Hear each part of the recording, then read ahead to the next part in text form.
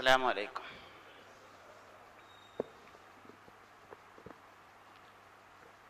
أعوذ بالله من الشيطان الرجيم.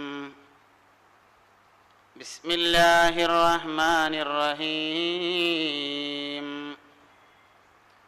الحمد لله رب العالمين، والصلاة والسلام على سيدنا محمد رحمة للعالمين وعلى آله وصحبه أجمعين. إن أريد إلا الإصلاح ما استطعت وما توفيقي إلا بالله عليه توكلت وإليه أنيب. حصنت نفسي بالحي القيوم الذي لا يموت أبدا، ودفعت عني السوء بألف ألف لا حول ولا قوة إلا بالله، ولا حول ولا قوة إلا بالله العلي العظيم. رب اشرح لي صدري ويسر لي أمري واحلل عقدة من لساني يفقهوا قولي. عن تسعين صفات وفاة المصطفى خيرنا فاخترنا النبي المقتفى. عائشة وحفصة وسودة صفية ميمونة ورملة هند وزينب كذا جويريا. للمؤمنين أمهات مرضيا. يعلم أمة سيدنا محمد. മുഅ്മിനീങ്ങളെ, മുത്തുനബി സല്ലല്ലാഹു അലൈഹി വസല്ലമയുടെ സഹധർമ്മിണിയായ ഖദീജ ബീവി റളിയല്ലാഹു അൻഹ ശൈത്യകാലത്ത്, തണുപ്പ് കാലത്ത് യമനിലേക്ക് പറഞ്ഞയച്ച കച്ചവട സംഘം വരാൻ ഏകദേശം അടുത്ത സമയം ഒരു സ്വപ്നം കാണുകയാണ്. നല്ല തെളിഞ്ഞു നിൽക്കുന്ന ആകാശം, പകൽ സമയം, കത്തിജ്വലിച്ചു നിൽക്കുന്ന സൂര്യൻ, സൂര്യൻ്റെ താപോർജം മെല്ലെ പ്രകാശോർജമായി മാറുന്നു. അതിൻ്റെ ഉഷ്ണം ഇങ്ങനെ കുറഞ്ഞ് അത് നല്ല പ്രകാശമുള്ളതായി മാറുകയാണ്. മെല്ലെ സൂര്യൻ താഴേക്ക് ഇങ്ങനെ ഇറങ്ങി വരിക ഖദീജ ബീവിൻ്റെ പേരേക്ക്. വീട്ടിൽ വന്ന് വീട്ടിലാകമാനം പ്രകാശം പരത്തിയതിന് ശേഷം ആ പ്രകാശം അടുത്ത വീടുകളിലേക്കൊക്കെ ഇങ്ങനെ പോവുക. അങ്ങനെ മക്ക മുഴുവൻ വ്യാപിച്ചു. മക്കയുടെ പുറത്തേക്കും പ്രകാശം വ്യാപിച്ചു. അങ്ങനെ വിശാലമായി ലോകം മുഴുവൻ പ്രകാശമിങ്ങനെ നിറഞ്ഞു നിൽക്കുമ്പോൾ ഖദീജ ബീവി ഉണർന്നു. സ്വപ്നം കഴിഞ്ഞു. സാധാരണതയിൽ നിന്ന് വ്യത്യസ്തമായ ഒരു സ്വപ്നമാണിത് എന്ന് മനസ്സിലാക്കിയ മഹദിയായ ഖദീജ ബീവി ആ കാലഘട്ടത്തിൽ ഉണ്ടായിരുന്ന വേദപണ്ഡിതനായ വറഖത്ത് ഇബ്നു നൗഫലിന്റെ സമീപത്ത് ചെന്നു.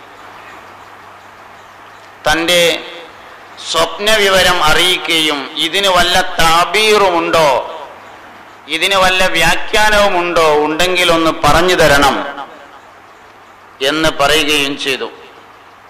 വറഖത്ത് ഇബ്നു നൗഫൽ പറഞ്ഞു, ഇതിൻ്റെ താബീർ, ഖദീജ നീ ഒരിക്കൽ കൂടി വിവാഹിതയാകും എന്നാണ്. ഞാൻ ഇനി വിവാഹിതയാകെ? നേരത്തെ 2 വിവാഹങ്ങൾ നടന്നിട്ടുണ്ട്. 2ലും കുട്ടികളുണ്ട്, 5 കുട്ടികളുണ്ട്. 1-ല് 3, 1-ല് 2 ഉണ്ട്. ഇനി വിവാഹം വേണ്ടാന്ന് തീരുമാനിച്ചതാ. കുട്ടികളെ നോക്കിയിട്ട് ഇങ്ങനെ കഴിഞ്ഞുകൂടിയാൽ മതി എന്ന് വെച്ചതായിരുന്നു. ബിസിനസ്സും കാര്യമാണെങ്കിൽ അതും നോക്കാണ്ട് അതും നോക്കുക, 5 കുട്ടികളെയും നോക്കുക, അങ്ങനെ കഴിഞ്ഞുകൂടാ, ഇനി കല്യാണമൊന്നും വേണ്ട. മാത്രമല്ല നേരത്തെയുള്ള ഓരോ വിവാഹങ്ങളും വളരെ സന്തോഷകരമായിരുന്നു. രണ്ടാമത്തെ ഭർത്താവിനെ മറക്കാൻ തന്നെ പറ്റുന്നില്ല, എന്നാലല്ലേ വേറൊരു കല്യാണത്തെ പറ്റി ആലോചിക്കാൻ പറ്റുള്ളൂ. അതുകൊണ്ട് മറ്റൊരു വിവാഹത്തെക്കുറിച്ചുള്ള ആലോചന ഒന്നുമില്ലാതെ 40 വയസ്സായി. ഇനിയിപ്പോ ഞാൻ ഈ വയസ്സാം കാലത്ത് ഇനിയും കല്യാണം കഴിക്കുന്ന പറയണതെന്ന് ചോദിച്ചു. കല്യാണം കഴിക്കുന്നു മാത്രല്ല, അതൊരു പ്രവാചകനുമായിരിക്കുമെന്നാണ് ഈ സ്വപ്നം എന്ന് വറഖത്ത് ബിൻ നൗഫൽ പറഞ്ഞു. എന്തേലും ആവട്ടെ എന്ന് തീരുമാനിച്ച് അവിടുന്ന് പോന്നു. യമനിലേക്ക് ശൈത്യകാലത്ത് പോയ കച്ചവട സംഘം കച്ചവടം കഴിഞ്ഞ് മടങ്ങി വന്നു. എല്ലാരെയും വീട്ടിലേക്ക് യാത്ര അയച്ചു. എല്ലാവർക്കും നല്ല സമ്മാനങ്ങളൊക്കെ കൊടുത്തു, പിരിച്ചുവിട്ടു. ഇനി അടുത്ത് വേനൽക്കാലത്ത് കച്ചവടത്തിന് പോകാനുള്ള ഒരുക്കങ്ങളാണ്. അതാരംഭിച്ചു കഴിഞ്ഞു. വിശ്വസ്തന്മാരെ കിട്ടാനില്ല. കച്ചവടത്തിന് പറഞ്ഞേക്കാന്, നേതൃസ്ഥാനത്ത് നിർത്താന് വിശ്വസ്തന്മാരാരും കിട്ടാനില്ല. അതുകൊണ്ട് നേതൃസ്ഥാനൊക്കെ ഒന്ന് മാറ്റിയാൽ തിരക്കിടില്ല എന്നൊരാഗ്രഹമുണ്ട്. നല്ലൊരു വിശ്വസ്തനെ കിട്ടുകയാണെങ്കിൽ അടിമകൾ കുറേ ഉണ്ട്. പക്ഷെ അടിമകൾ കച്ചവടമായിട്ട് നടന്നാൽ ആരും സാധനം വാങ്ങൂല, ഓരോ സഹായത്തിനേ പറ്റുള്ളൂ. പ്രധാന കച്ചവടക്കാരായിട്ട് അടിമകളെ പറ്റൂല. അതുകൊണ്ട് സ്വതന്ത്രന്മാരെ തന്നെ കിട്ടണം. ആരെങ്കിലും കിട്ടുമെന്ന് ഇങ്ങനെ അന്വേഷിച്ചുകൊണ്ടിരിക്കുമ്പോ അബൂ താലിബ് ഈ വിവരം അറിഞ്ഞു. ഖദീജ ബീവി കച്ചവടത്തിന് ആളെ പറഞ്ഞയച്ചു കൊടുക്കാൻ വേണ്ടിയിട്ട് റിക്രൂട്ട്മെന്റ് നടക്കുന്നുണ്ട്, ഇന്റർവ്യൂ ഉണ്ട്. അതുകൊണ്ട് ആരെപ്പോ പറഞ്ഞേക്ക? അബൂ താലിബ് ആണെങ്കിൽ അയ്യാല് അധികരിച്ച ആളും മാല് കുറഞ്ഞ ആളുമാണ്, മുതല് കുറഞ്ഞ ആളും മക്കളും കുട്ടികളും പെരുത്തുള്ള ആളാണ്. അതുകൊണ്ട് ജീവിതം ഇങ്ങനെ കഷ്ടിച്ച് എത്തിപ്പോകുന്നേ ഉള്ളൂ. മെല്ലെ ഖദീജ ബീവിന്റെ അടുത്ത് എന്നിട്ട് ചോദിച്ചു, അബ്ദുള്ളാന്റെ മകണ്ട് മുഹമ്മദ് സല്ലല്ലാഹു അലൈഹി വസല്ലം, നിങ്ങളിവിടെ കച്ചവടത്തിന് പറഞ്ഞേക്കാൻ ആളെ സെലക്ട് ചെയ്യുന്നുണ്ട് എന്ന് അറിയാൻ പറ്റി. അബ്ദുള്ളാന്റെ മകൻ മുഹമ്മദിനെ സല്ലല്ലാഹു അലൈഹി വസല്ലം കൂടെ കൊണ്ടുപോകാൻ പറ്റുമോ എന്ന് ചോദിച്ചു. 100% പറ്റുമല്ലോ. ലോകത്ത് അൽ അമീൻ എന്ന പേരിൽ പ്രശസ്തനായ ഒരാളെ കച്ചവടത്തിന്റെ നേതൃസ്ഥാനത്ത് നിർത്താൻ കിട്ടിയാലേ അതിലേറെ വലിയൊരു നിഅമത്ത് പിന്നെ എന്താ ഉള്ളത്? ആയിക്കോട്ടെ പറഞ്ഞു. വീട്ടിൽ ചെന്നിട്ട് മോനോട് വിവരം പറഞ്ഞു, മോനെ മുഹമ്മദേ, എടാ ഖദീജ കുട്ടികളെ കച്ചവടത്തിന് പറഞ്ഞേക്കാൻ വേണ്ടിയിട്ടുള്ള റിക്രൂട്ട്മെന്റ് റാലി ഉണ്ട് എന്നാ കേട്ടത്.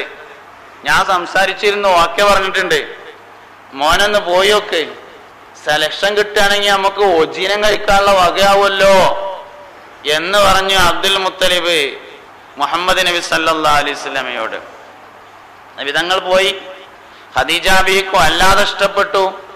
സെലക്ഷൻ കിട്ടി, തെരഞ്ഞെടുക്കപ്പെട്ടു. പോകാനുള്ള ഡേറ്റ് നിശ്ചയിച്ചു. ചായയും കുടിച്ച് പിരിഞ്ഞു. നിശ്ചയിക്കപ്പെട്ട സമയത്ത് നബി സല്ലല്ലാഹു അലൈഹി വസല്ലമ തങ്ങൾ ഹാജരായി. 40 ഒട്ടകങ്ങൾ അണിനിരന്നു. 40 ഒട്ടകപ്പുറത്തും അവകൾക്ക് ചുമക്കാൻ മാത്രമുള്ള ഭാണ്ഡങ്ങൾ കെട്ടിവെച്ചു. 40 പുറത്തും സഹായികളുണ്ട്.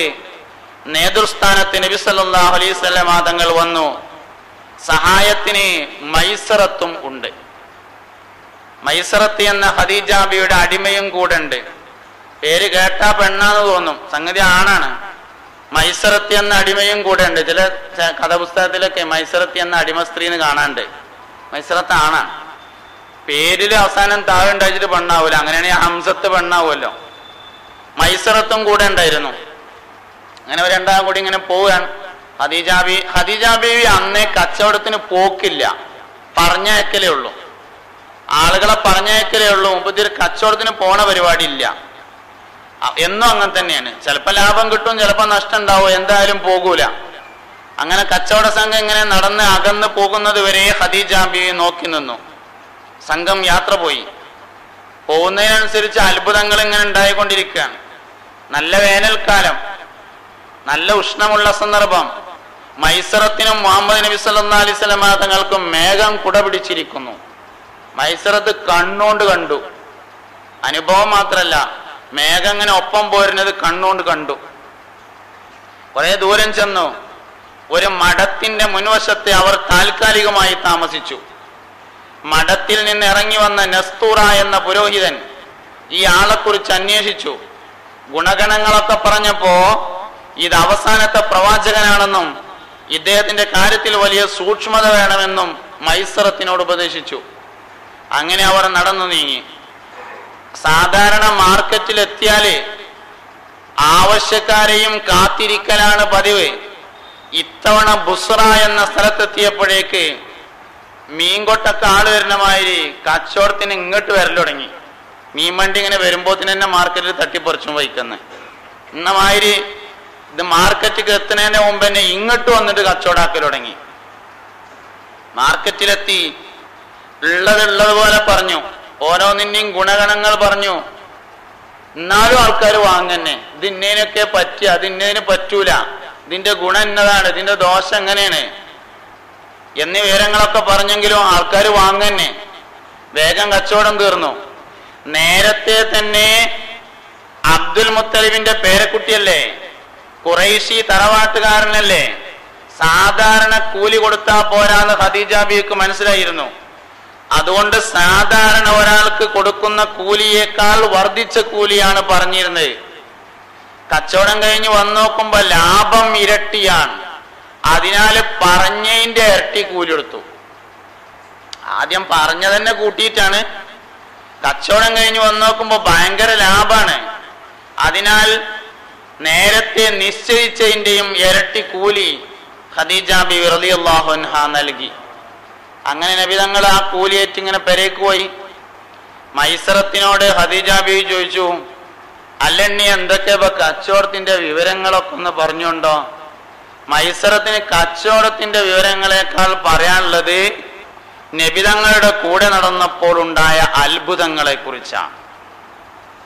മേഘം നിഴലിട്ട് കൊടുത്തതും, മഠത്തിൽ നിന്നിറങ്ങി വന്ന പുരോഹിതൻ പറഞ്ഞതും, കച്ചവടം ചെയ്യാൻ വേണ്ടി സാധനങ്ങൾ വാങ്ങാൻ വേണ്ടി ആളുകൾ ഇങ്ങോട്ട് വന്നതും, ഓരോ സാധനത്തിന്റെയും ഗുണഗണങ്ങളെ ഉള്ളതുപോലെ പറഞ്ഞ് വിൽപ്പന നടത്തിയതും എല്ലാം മൈസറത്ത് ഇങ്ങനെ വിശദീകരിച്ചപ്പോ വറക്കത്ത് ബിൻ നൗഫൽ പറഞ്ഞ ആ ആള് ഇയാളറ്റാകോന്ന് ഖദീജ ബീവിക്ക് തോന്നി.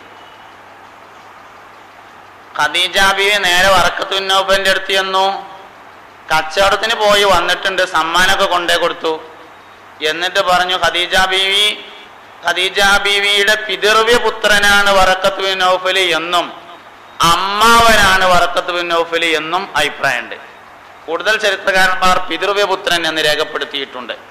വറക്കത്ത് ബിൻ നൗഫലിന്റെ അടുത്ത് ചെന്നു. എന്നിട്ട് ഇങ്ങനെ കച്ചവടത്തിൽ ഇങ്ങനെ ഇന്ന വിവരങ്ങളൊക്കെ ഉണ്ടായിട്ടുണ്ട്, നിങ്ങൾ പറഞ്ഞ ആ നബി തെറ്റാവോ എന്ന് ചോദിച്ചു. ആവാൻ സാധ്യത ഉണ്ട് എന്ന് പറഞ്ഞു. അവിടുന്ന് പെരേക്ക് പോന്നു.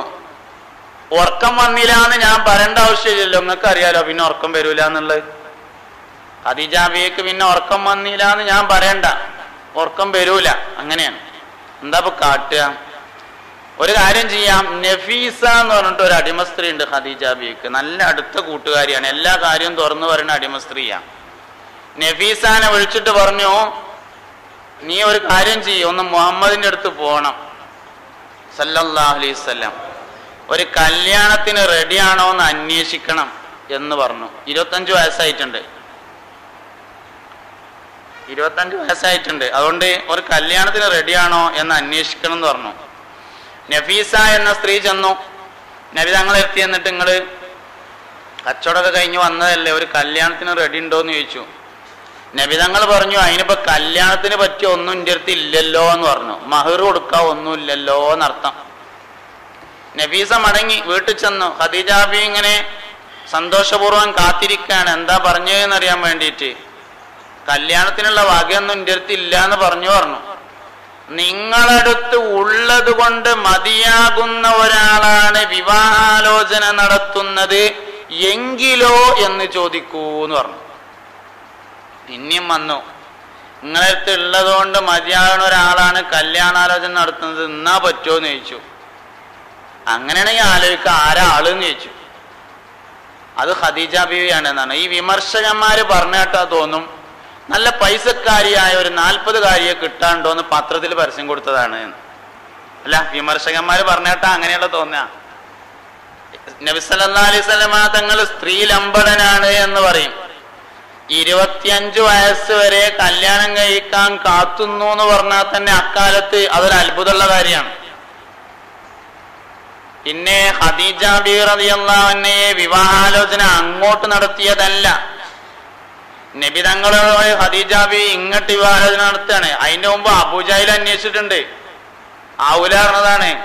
അബൂ സുഫിയാൻ അന്വേഷിച്ചിട്ടുണ്ട്, ഇപ്പൊ ഒരുക്കല്ല എന്ന് പറഞ്ഞതാണ്. ഇങ്ങനെ മക്കത്തെ പ്രധാനപ്പെട്ട ആൾക്കാരൊക്കെ അന്വേഷിച്ചിരുന്നു.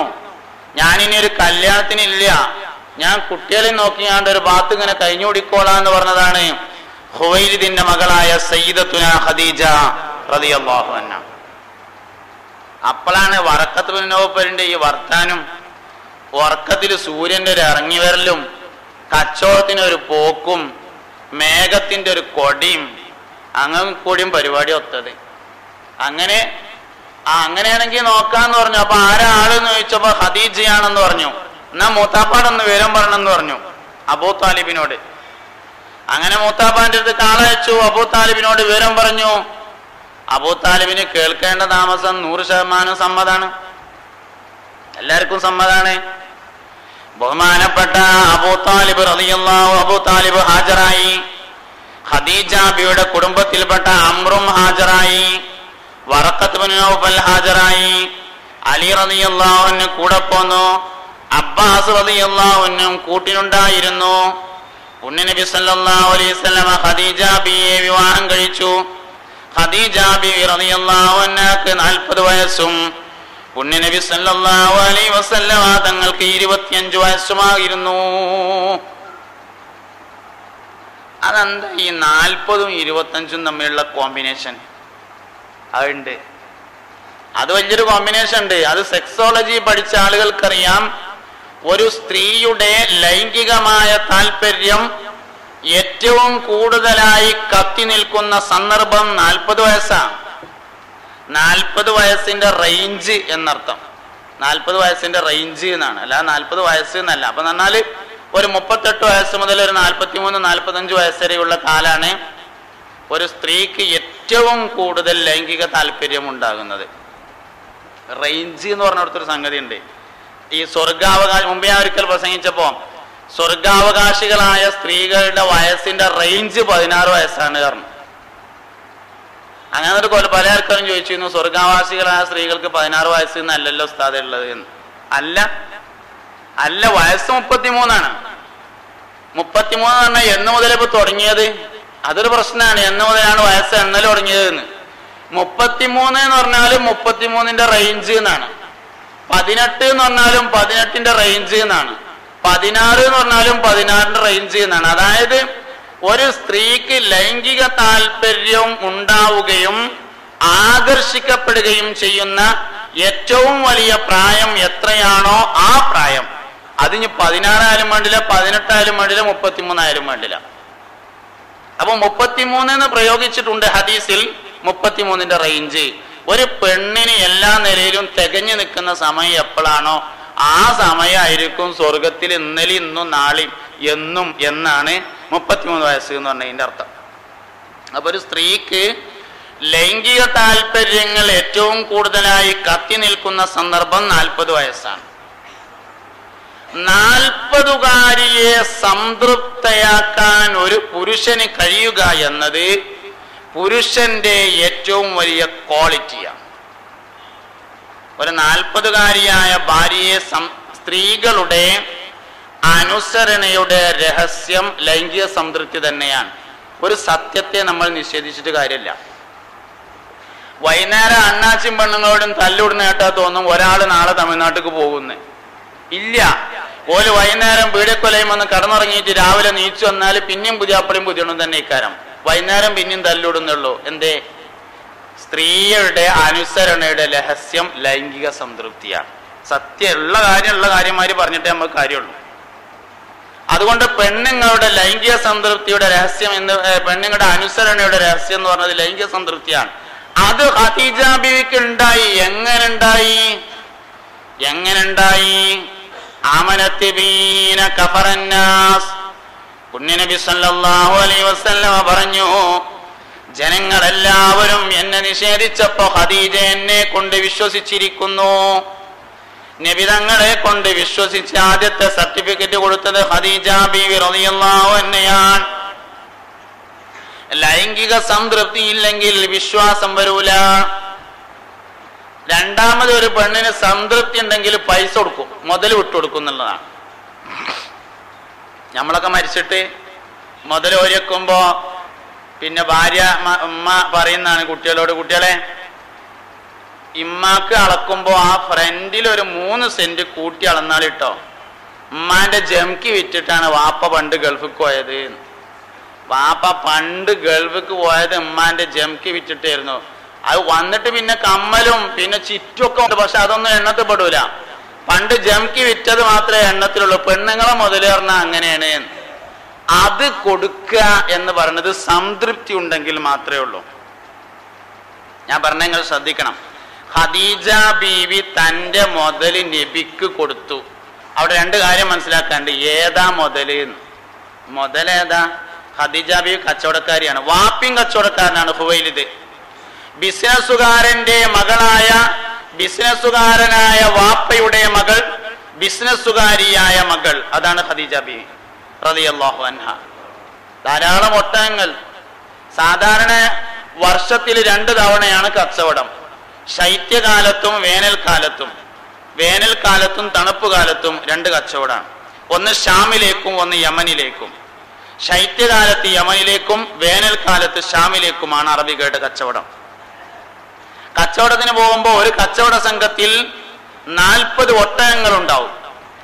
40 ഒട്ടകങ്ങളുടെ പുറത്തും അവകൾക്ക് ചുമക്കാൻ മാത്രമുള്ള ഭാണ്ഡങ്ങൾ ഉണ്ടാവും. 40 ഒട്ടകപ്പുറത്തും 40 ആളുകൾ ഉണ്ടാവും. അവർക്കൊരു നായകൻ ഉണ്ടായിരിക്കും.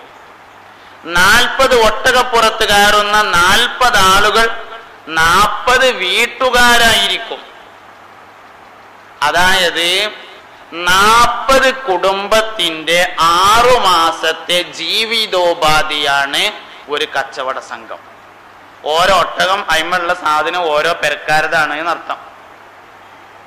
ഖദീജ ബീവിയുടെ കച്ചവട സംഘത്തിൽ 40 ഒട്ടകണ്ട്. 40 ഒട്ടകപ്പുറത്ത് ആളുണ്ട്. പക്ഷെ 40ഉം കൂലിക്കാരാണ്, 40 പെരക്കാരല്ല, 40 കൂലിക്കാരാണ്. കാരണം 40 ഒട്ടകവും ഖദീജ ബീവിന്റെയാണ്. അങ്ങനത്തെ ഒരു സംഘമല്ല, അങ്ങനെയുള്ള ധാരാളം സംഘങ്ങളുടെ ഉടമയാണ് സയ്യിദത്തുനാ ഖദീജ. അള്ളാന്റെ റസൂലും ഖദീജ ബീവി റളിയല്ലാഹു അൻഹയും തമ്മിലുള്ള വിവാഹം നടന്നപ്പോ ഖുറൈശി പ്രമുഖരായ ആളുകൾ ഒരു ആക്ഷേപം ഉന്നയിച്ചു. എന്നാലിപ്പോ ഖദീജക്ക് നാട്ടിലെ പ്രമാണിമാരെത്രയോ വിവാഹാലോചന നടത്തിയിട്ട് അവസാനം വാപ്പി ഇമ്മില്ലാത്തൊരു യതീം കുട്ടി, അതും സാധുക്കുട്ടിനല്ലേ കിട്ടിയതുള്ളൂ, ഒരു പൈസക്കും ഗതിയില്ലാത്തേന്ന് ചോദിച്ചു. ഇതറിഞ്ഞ ഖദീജ ബീവി വലിയ ഒരു സദ്യ ഒരുക്കി. ഖുറൈശികളിലെ പ്രമുഖരൊക്കെ വിളിച്ചു, പ്രമാണിമാരൊക്കെ വിളിച്ചു വരുത്തി, എല്ലാവർക്കും ഭക്ഷണം കൊടുത്തിട്ട് ഓലിങ്ങനെ തിന്നോണ്ടിരിക്കുന്ന സമയത്ത് ഖുറൈശികളെ, നേതാക്കളെ ഇങ്ങോട്ടോക്കി, എല്ലാരും ശ്രദ്ധിക്കി, ഞാൻ എൻ്റെ മുതലൊക്കെ മുഹമ്മദിന് കൊടുത്തുക്കണു. ഇന്ന് മുതൽ മുഹമ്മദ് പൈസക്കാരനും ഞാൻ ദരിദ്രയുമാകുന്നു എന്ന് പറഞ്ഞു സയ്യിദത്തുനാ ഖദീജ. കൊണ്ടോയ അന്നഞ്ഞ് എന്താ വേണ്ടത് നായി ഖുറൈശികൾക്ക്. കാരണം ഇതൊരു വലിയ മാറ്റാണല്ലോ. ഇന്ന് മുതൽ മുഹമ്മദ് മുതലാളിയും ഞാൻ ദരിദ്രയുമാണ്. മുഴുവൻ കൊടുത്തു, ഒന്നുമില്ല, കമ്മലും ബാക്കില്ല, ഒന്നും ബാക്കിയില്ല, ഒക്കെ കൊടുത്തു. അങ്ങനെ ഒരു പെണ്ണ് കൊടുക്കണമെങ്കിൽ ആ പെണ്ണിന് സംതൃപ്തി ആവശ്യമാണ്. അത് കൊടുക്കാൻ മുഹമ്മദ് നബിക്ക് കഴിഞ്ഞു എന്ന് പറഞ്ഞാൽ അതിന്റെ അർത്ഥം, എടാ ആണായിട്ട് ജീവിക്കാൻ ഇവിടെ യോഗ്യത ഉള്ളവനാണ് മുഹമ്മദ് എന്ന് തെളിയിച്ചു എന്ന് അതിന്റെ അർത്ഥം. പുരുഷനായിട്ട് ആൺകുട്ടിയായിട്ട് ഇവിടെ ജീവിക്കാൻ അവകാശമുള്ള ആൺകുട്ടിയാകുന്ന മുഹമ്മദ് സല്ലല്ലാഹു അലൈഹി വസല്ലം എന്ന് തെളിയിച്ചുകൊണ്ട് രംഗപ്രവേശനം ചെയ്തതാണ് ഖദീജ ബീവി റളിയല്ലാഹു അൻഹയെ വിവാഹം കഴിക്കുന്നതിലൂടെ നബി സല്ലല്ലാഹു അലൈഹി വസല്ലം തങ്ങൾ നടപ്പിൽ വരുത്തിയത്. ബഹുമാനപ്പെട്ട സയ്യിദുനാ അനസ് ബിൻ മാലിക് റളിയല്ലാഹു അൻഹുവിൽ നിന്ന് ഉദ്ധരിച്ച ഹദീസിൽ കാണാം, പുണ്യ നബി സല്ലല്ലാഹു അലൈഹി വസല്ലമ തങ്ങൾ വളരെ വലിയ ലൈംഗിക ശക്തിയുള്ള ആളായിരുന്നു എന്ന് ചില വിമർശകർ അതിനെ ആക്ഷേപിക്കലുണ്ട്. എന്ത് ഈ തോണിയാസിനൊക്കെ പറയണമെന്ന്. വലിയ ലൈംഗിക ശക്തിയുള്ള ആളായിരുന്നു നബിതങ്ങൾ എന്ന് അനസ് ഇബ്നു മാലിക് റളിയല്ലാഹു അൻഹു ഉദ്ധരിച്ച ഹദീസിലുണ്ട്. തോണിയാസനല്ല, പുരുഷന്റെ കഴിവ് എന്ന് പറഞ്ഞാൽ എന്താ? പുരുഷന്റെ കഴിവ് എന്ന് പറഞ്ഞാല് പോത്തുംകുട്ടിനെ നന്നായിട്ട് തിന്നാനുള്ള കഴിവ് എന്നല്ലല്ലോ. പിന്നെന്താ? ലൈംഗിക ശക്തി തന്നെയാണ് പുരുഷന്റെ കഴിവ് എന്ന് പറഞ്ഞാല്. അത് മുഹമ്മദ് നബിക്ക് ഉണ്ടായിരുന്നു എന്ന് അനസ് റളിയല്ലാഹു അൻഹു പറഞ്ഞാല് യോഗ്യതയാണോ യോഗ്യതക്കുറവാണോ? യോഗ്യതക്കുറവാണ് എന്ന് തോന്നൽ ആ കുറവുള്ളവനാണ്. അല്ലാത്തവൻ എന്താ തോന്നുക? അങ്ങനെയാണെങ്കിൽ തരക്കടില്ലല്ലോ എന്നാ തോന്നുക. യോഗ്യത ഉള്ളവൻ എന്ത് തോന്നും? അങ്ങനെയാണെങ്കിൽ തരക്കടില്ലല്ലോ, അതന്നെയുള്ള വേണ്ടത് എന്ന് തോന്നും. യോഗ്യത ഇല്ലാത്തവൻ എന്ത് തോന്നും? എന്ത് വർത്താനാ അപ്പൊ ഈ പറയണത് എന്ന് തോന്നും. അതാണ് അനസ് റളിയല്ലാഹു അൻഹു പറഞ്ഞത്. ഖദീജ ബിബി റളിയല്ലാഹു അൻഹ നബി സല്ലല്ലാഹു അലൈഹി വസല്ലമയിൽ സംതൃപ്തയായി. എല്ലാ സമയത്തും ഖദീജ ബിബി നബി തങ്ങൾക്കൊരു തണലാണ്. ഒരു സാധാരണ സ്ത്രീയല്ല, ശരിക്കും എല്ലാ കാര്യത്തിനും ഐഡിയ ഉണ്ടായിരുന്നു. എല്ലാ കാര്യത്തിനും ഐഡിയ ഉണ്ട്. കൊല്ലത്തിലൊരിക്കൽ നബി സല്ലല്ലാഹു അലൈഹി വസല്ലമ തങ്ങൾക്ക് ഒറ്റക്കിരുന്നൊന്ന് ഇബാദത്ത് ചെയ്യണമെന്ന ആഗ്രഹം. എന്നും അക്കാലത്ത് നടപ്പിലുള്ള ചില ഇബാദത്തിന്റെ രീതികളുണ്ട്. നമ്മളിപ്പോ ഇന്ന് കാണുമ്പോഴത്തെ നിസ്കാരം നോമ്പൊന്നുമല്ല, ശിർക്കല്ലാത്ത ചില ആരാധനാ രീതികൾ അന്ന് നിലവിലുണ്ട്. അത് കുറെയൊക്കെ അറിയും, കുറെയൊക്കെ അറിയാതിരിക്കും. അങ്ങനെയാണ്. കുറച്ചൊക്കെ ആൾക്കാർക്ക് കുറച്ചൊക്കെ അറിയാം, കുറെയൊക്കെ അറിയില്ല. ഉള്ളത് വെച്ചിട്ട് ഇങ്ങനെ ചെയ്യാ. അങ്ങനെ നബി സല്ലല്ലാഹു അലൈഹി വസല്ലമ തങ്ങൾക്ക് പൊതുവെ ജനങ്ങളുമായി സഹവസിക്കുന്നതിനേക്കാൾ ഒറ്റക്കിരിക്കാനായിരുന്നു ഇഷ്ടം. ഒറ്റക്ക് ഇങ്ങനെ കഴിഞ്ഞുകൂടാനാണ് ഇഷ്ടം. ആയിഷ ഖദീജ ബിവിയോട് ചോദിച്ചു, ഞാൻ കൊല്ലത്തിൽ ഒരു മാസം അങ്ങനെ ഒറ്റക്കിരുന്ന് ഇബാദത്ത് ചെയ്യട്ടെ എന്ന് ചോദിച്ചു. എന്ത് ചോദിച്ചാലും വേണ്ടാന്ന് ഖദീജ ബിവി പറയില്ലായിരുന്നു. ആയിക്കോട്ടെ പറഞ്ഞു. ആയിക്കോട്ടെ എന്ന് പറഞ്ഞു. അങ്ങനെ മക്കത്ത് കൂടെ ഇങ്ങനെ നബിതങ്ങൾ നടന്ന് പിന്നെ അവസാനം ഹിറാ പർവ്വതത്തിന്റെ ഗുഹയിൽ കയറി. ഹിറാ പർവ്വതത്തിന്റെ മേലെ കയറിയിട്ട് ഒരു ഗുഹയിൽ ഇങ്ങനെ ചെന്ന് നൻചീറിനെ കാട്ടി അടിച്ചോരി വൃത്തിയാക്കിയിട്ട് ഇങ്ങനെ ഇരുന്ന് നോക്കുമ്പോ കഅബ ഇങ്ങനെ കാണാണ്ട്. എന്നാ അവിടെ തന്നെ ആയിക്കോട്ടെ തീരുമാനിച്ചു. അങ്ങനെ അവിടുന്ന് ഇറങ്ങി വന്നിട്ട് ഖദീജ ബീവിനോട് പറഞ്ഞു, ഞാൻ പറ്റിയൊരു സ്ഥലം കണ്ടുപിടിച്ചിട്ടുണ്ട് പറഞ്ഞു. എവിടെയാന്ന് ചോദിച്ചു. ഹിറാ പർവ്വതത്തിന്റെ മുകളിലുള്ള ഗുഹയാണ് എന്ന് പറഞ്ഞു. ആയിക്കോട്ടെ ഞങ്ങൾ പൊയ്ക്കോളി എന്ന് പറഞ്ഞു. എന്നാ പോണു ചോദിച്ചു. നാളെ പോകാന്ന് പറഞ്ഞു. അങ്ങനെ ഗോതമ്പ്, പച്ചവെള്ളം, കാരക്ക, ജെയ്ത്തെണ്ണ, ഉപ്പ്, 5 സാധനങ്ങൾ തയ്യാറാക്കി കൊടുത്തു. ജെയ്ത്തെണ്ണ, കാരക്ക, ഗോതമ്പ്, ഉപ്പ്, വെള്ളം, 5 സാധനം കൊണ്ടുപോകാൻ വേണ്ടിയിട്ട് കൊണ്ടുപോയി. നബി തങ്ങൾ അതുമായി പോയി ഹിറാ പർവ്വതത്തിന്റെ ഗുഹയിൽ ഇങ്ങനെ അല്ലാഹു തആലക്ക് ഇബാദത്ത് എടുത്തുകൊണ്ടിരുന്നു. ഇടക്കൊക്കെ ഇങ്ങോട്ട് വരും ഭക്ഷണം കൊണ്ടുപോകാൻ വേണ്ടിയിട്ട്. വൈകുന്നേരം വരും, ഭക്ഷണമായിട്ട് പോകും. വരാത്തന്ന് ഖദീജ ബീവി അങ്ങോട്ട് കൊണ്ടേ കൊടുക്കും. 55 വയസ്സ്, 9200 മീറ്റർ ഖദീജ ബീവിന്റെ പെരേന്ന് ഹിറാ പർവ്വതത്തിന്റെ ഗുഹയിലേക്കുണ്ട്. 9.5 കിലോമീറ്ററിന്റെ അടുത്തുണ്ട്. 55 വയസ്സുള്ള ഖദീജ ബീവി ഗോതമ്പും ജെയ്ത്തെണ്ണയും കാരക്കയും വെള്ളം എടുത്തിട്ട് 9.5 കിലോമീറ്റർ നടന്നിട്ട് ഹിറാ പർവ്വതത്തിന്റെ ഗുഹയിൽ കൊണ്ടേ കൊടുക്കണമെങ്കിൽ മനസ്സിൽ എത്ര സംതൃപ്തി ഉണ്ടായിരിക്കും എന്നാണ് നമ്മൾ ആലോചിക്കേണ്ടത്. കൂടെ പലരും പോരാൻ വേണ്ടി നിന്ന ഞങ്ങൾ കൊണ്ടുകൊടുത്തോളാന്ന് പറഞ്ഞു. ഖദീജ ബീവി റളിയല്ലാഹു അൻഹ അതിന് മറുപടി പറഞ്ഞു, എന്റെ ഭർത്താവിന് ഞാൻ തന്നെ ഭക്ഷണം നൽകട്ടെ. കുട്ടികളെ വാപ്പ വന്നിക്കണു ചോറ് വിളമ്പി കൊടുക്കുന്നല്ല. ഭാഗ്യത്തിന് പെണ്ണുങ്ങളാരും കേൾക്കാനില്ല എന്നുള്ളത്. കുട്ടികളെ വാപ്പ വന്നിട്ടുണ്ട് ചോറ് വിളമ്പി കൊടുത്താൽ ഇമ്മ അവിടെ നിന്ന് കിടക്കട്ടെ എന്നല്ല. 55 വയസ്സാണ് അന്ന് ഖദീജ ബീവിക്ക്. നബി തങ്ങൾ ഹിറാ പർവ്വതത്തിന്റെ ഗുഹയിൽ ധ്യാനത്തിന് പോണ സമയത്ത് ചിലപ്പൊക്കെ നബിയുണ്ട് ഇറങ്ങി വരും. വരാത്ത ദിവസം ഈ സാധനം തലയിൽ വെച്ചിട്ട് 9.5 കിലോമീറ്റർ നടന്നിട്ട് ഹിറാ പർവ്വതത്തിന്റെ ഗുഹയിൽ കൊണ്ടുപോയി വെച്ചു കൊടുത്തിട്ട് അവിടെ സംസാരിക്കാൻ നിൽക്കാതെ മടങ്ങിപ്പോരുമായിരുന്നു സയ്യിദത്തുന ഖദീജ റളിയല്ലാഹു അൻഹ. ഒന്ന് മുണ്ടി വർത്താനം പറഞ്ഞിട്ട് വിവരം അറിയാനല്ല, എന്റെ ഭർത്താവിന് ഞാൻ തന്നെ ഭക്ഷണം കൊണ്ടേ കൊടുക്കണം എന്ന വാശിയാണ് സയ്യിദത്തുന ഖദീജ റളിയല്ലാഹു അൻഹക്ക് ഉണ്ടായത്. ഒരു കൊല്ലം അങ്ങനെ കഴിഞ്ഞു. രണ്ടാമത്തെ വർഷവും 11 മാസം കഴിഞ്ഞു. 12ാമത്തെ മാസം റമദാൻ ഷരീഫിൽ നബി തങ്ങൾ ഹിറാ പർവ്വതത്തിലേക്ക് പോകാൻ വേണ്ടി ഒരുങ്ങുന്നു. ഖദീജ ബീവി റളിയല്ലാഹു അൻഹ ഭക്ഷണം തയ്യാറാക്കി. ഭക്ഷണവുമായി നബി തങ്ങൾ നടന്നു നീങ്ങി. ഗുഹയിൽ അല്ലാഹുവിനെ ഇബാദത്ത് ചെയ്തുകൊണ്ടിരിക്കുമ്പോ ജിബ്രീൽ മാലാഖ വന്നു. ബിസ്മില്ലാഹിർ റഹ്മാനിർ റഹീം. ഇഖ്റാ ബിസ്മി റബ്ബിക്കല്ലദീ ഖലഖ് ഖലഖൽ ഇൻസാന മിൻ അലഖ് ഇഖ്റാ വറബ്ബുക്കൽ അക്രമുല്ലദീ അല്ലമ ബിൽ ഖലം അല്ലമൽ ഇൻസാന മാ ലം യഅലം എന്ന് ഓതിക്കേൽപ്പിച്ച് പേടിച്ച് വിറച്ച നബി സല്ലല്ലാഹു അലൈഹി വസല്ലമ തങ്ങൾ പനി പിടിപെട്ടുകൊണ്ട് പർവ്വതത്തിൽ നിന്ന് ഇറങ്ങി വന്ന് നേരെ ഖദീജ ബിയുടെ അടുക്കൽ വന്നിട്ട് പറഞ്ഞു, സമ്മിലൂനി ഖദീജ, ഖദീജ എനിക്ക് പുതപ്പിട്ട് മൂടിത്തരൂ എന്ന് പറഞ്ഞു. ഖദീജ ബി വേഗം ഒരു പുതപ്പിട്ട് കൊടുത്തു. എന്നിട്ട് പുതപ്പിട്ട് കൊടുത്തിട്ട് ചോദിച്ചു, പ്രവാചക വൈദ്യം പഠിക്കുമ്പോ പനി ഉണ്ടായാൽ ആദ്യം ചെയ്യേണ്ട ചികിത്സ പറഞ്ഞോടത്ത് പറയുന്നുണ്ട് പുതപ്പിട്ട് കൊടുക്കുകയാണ് വേണ്ടത് എന്ന്.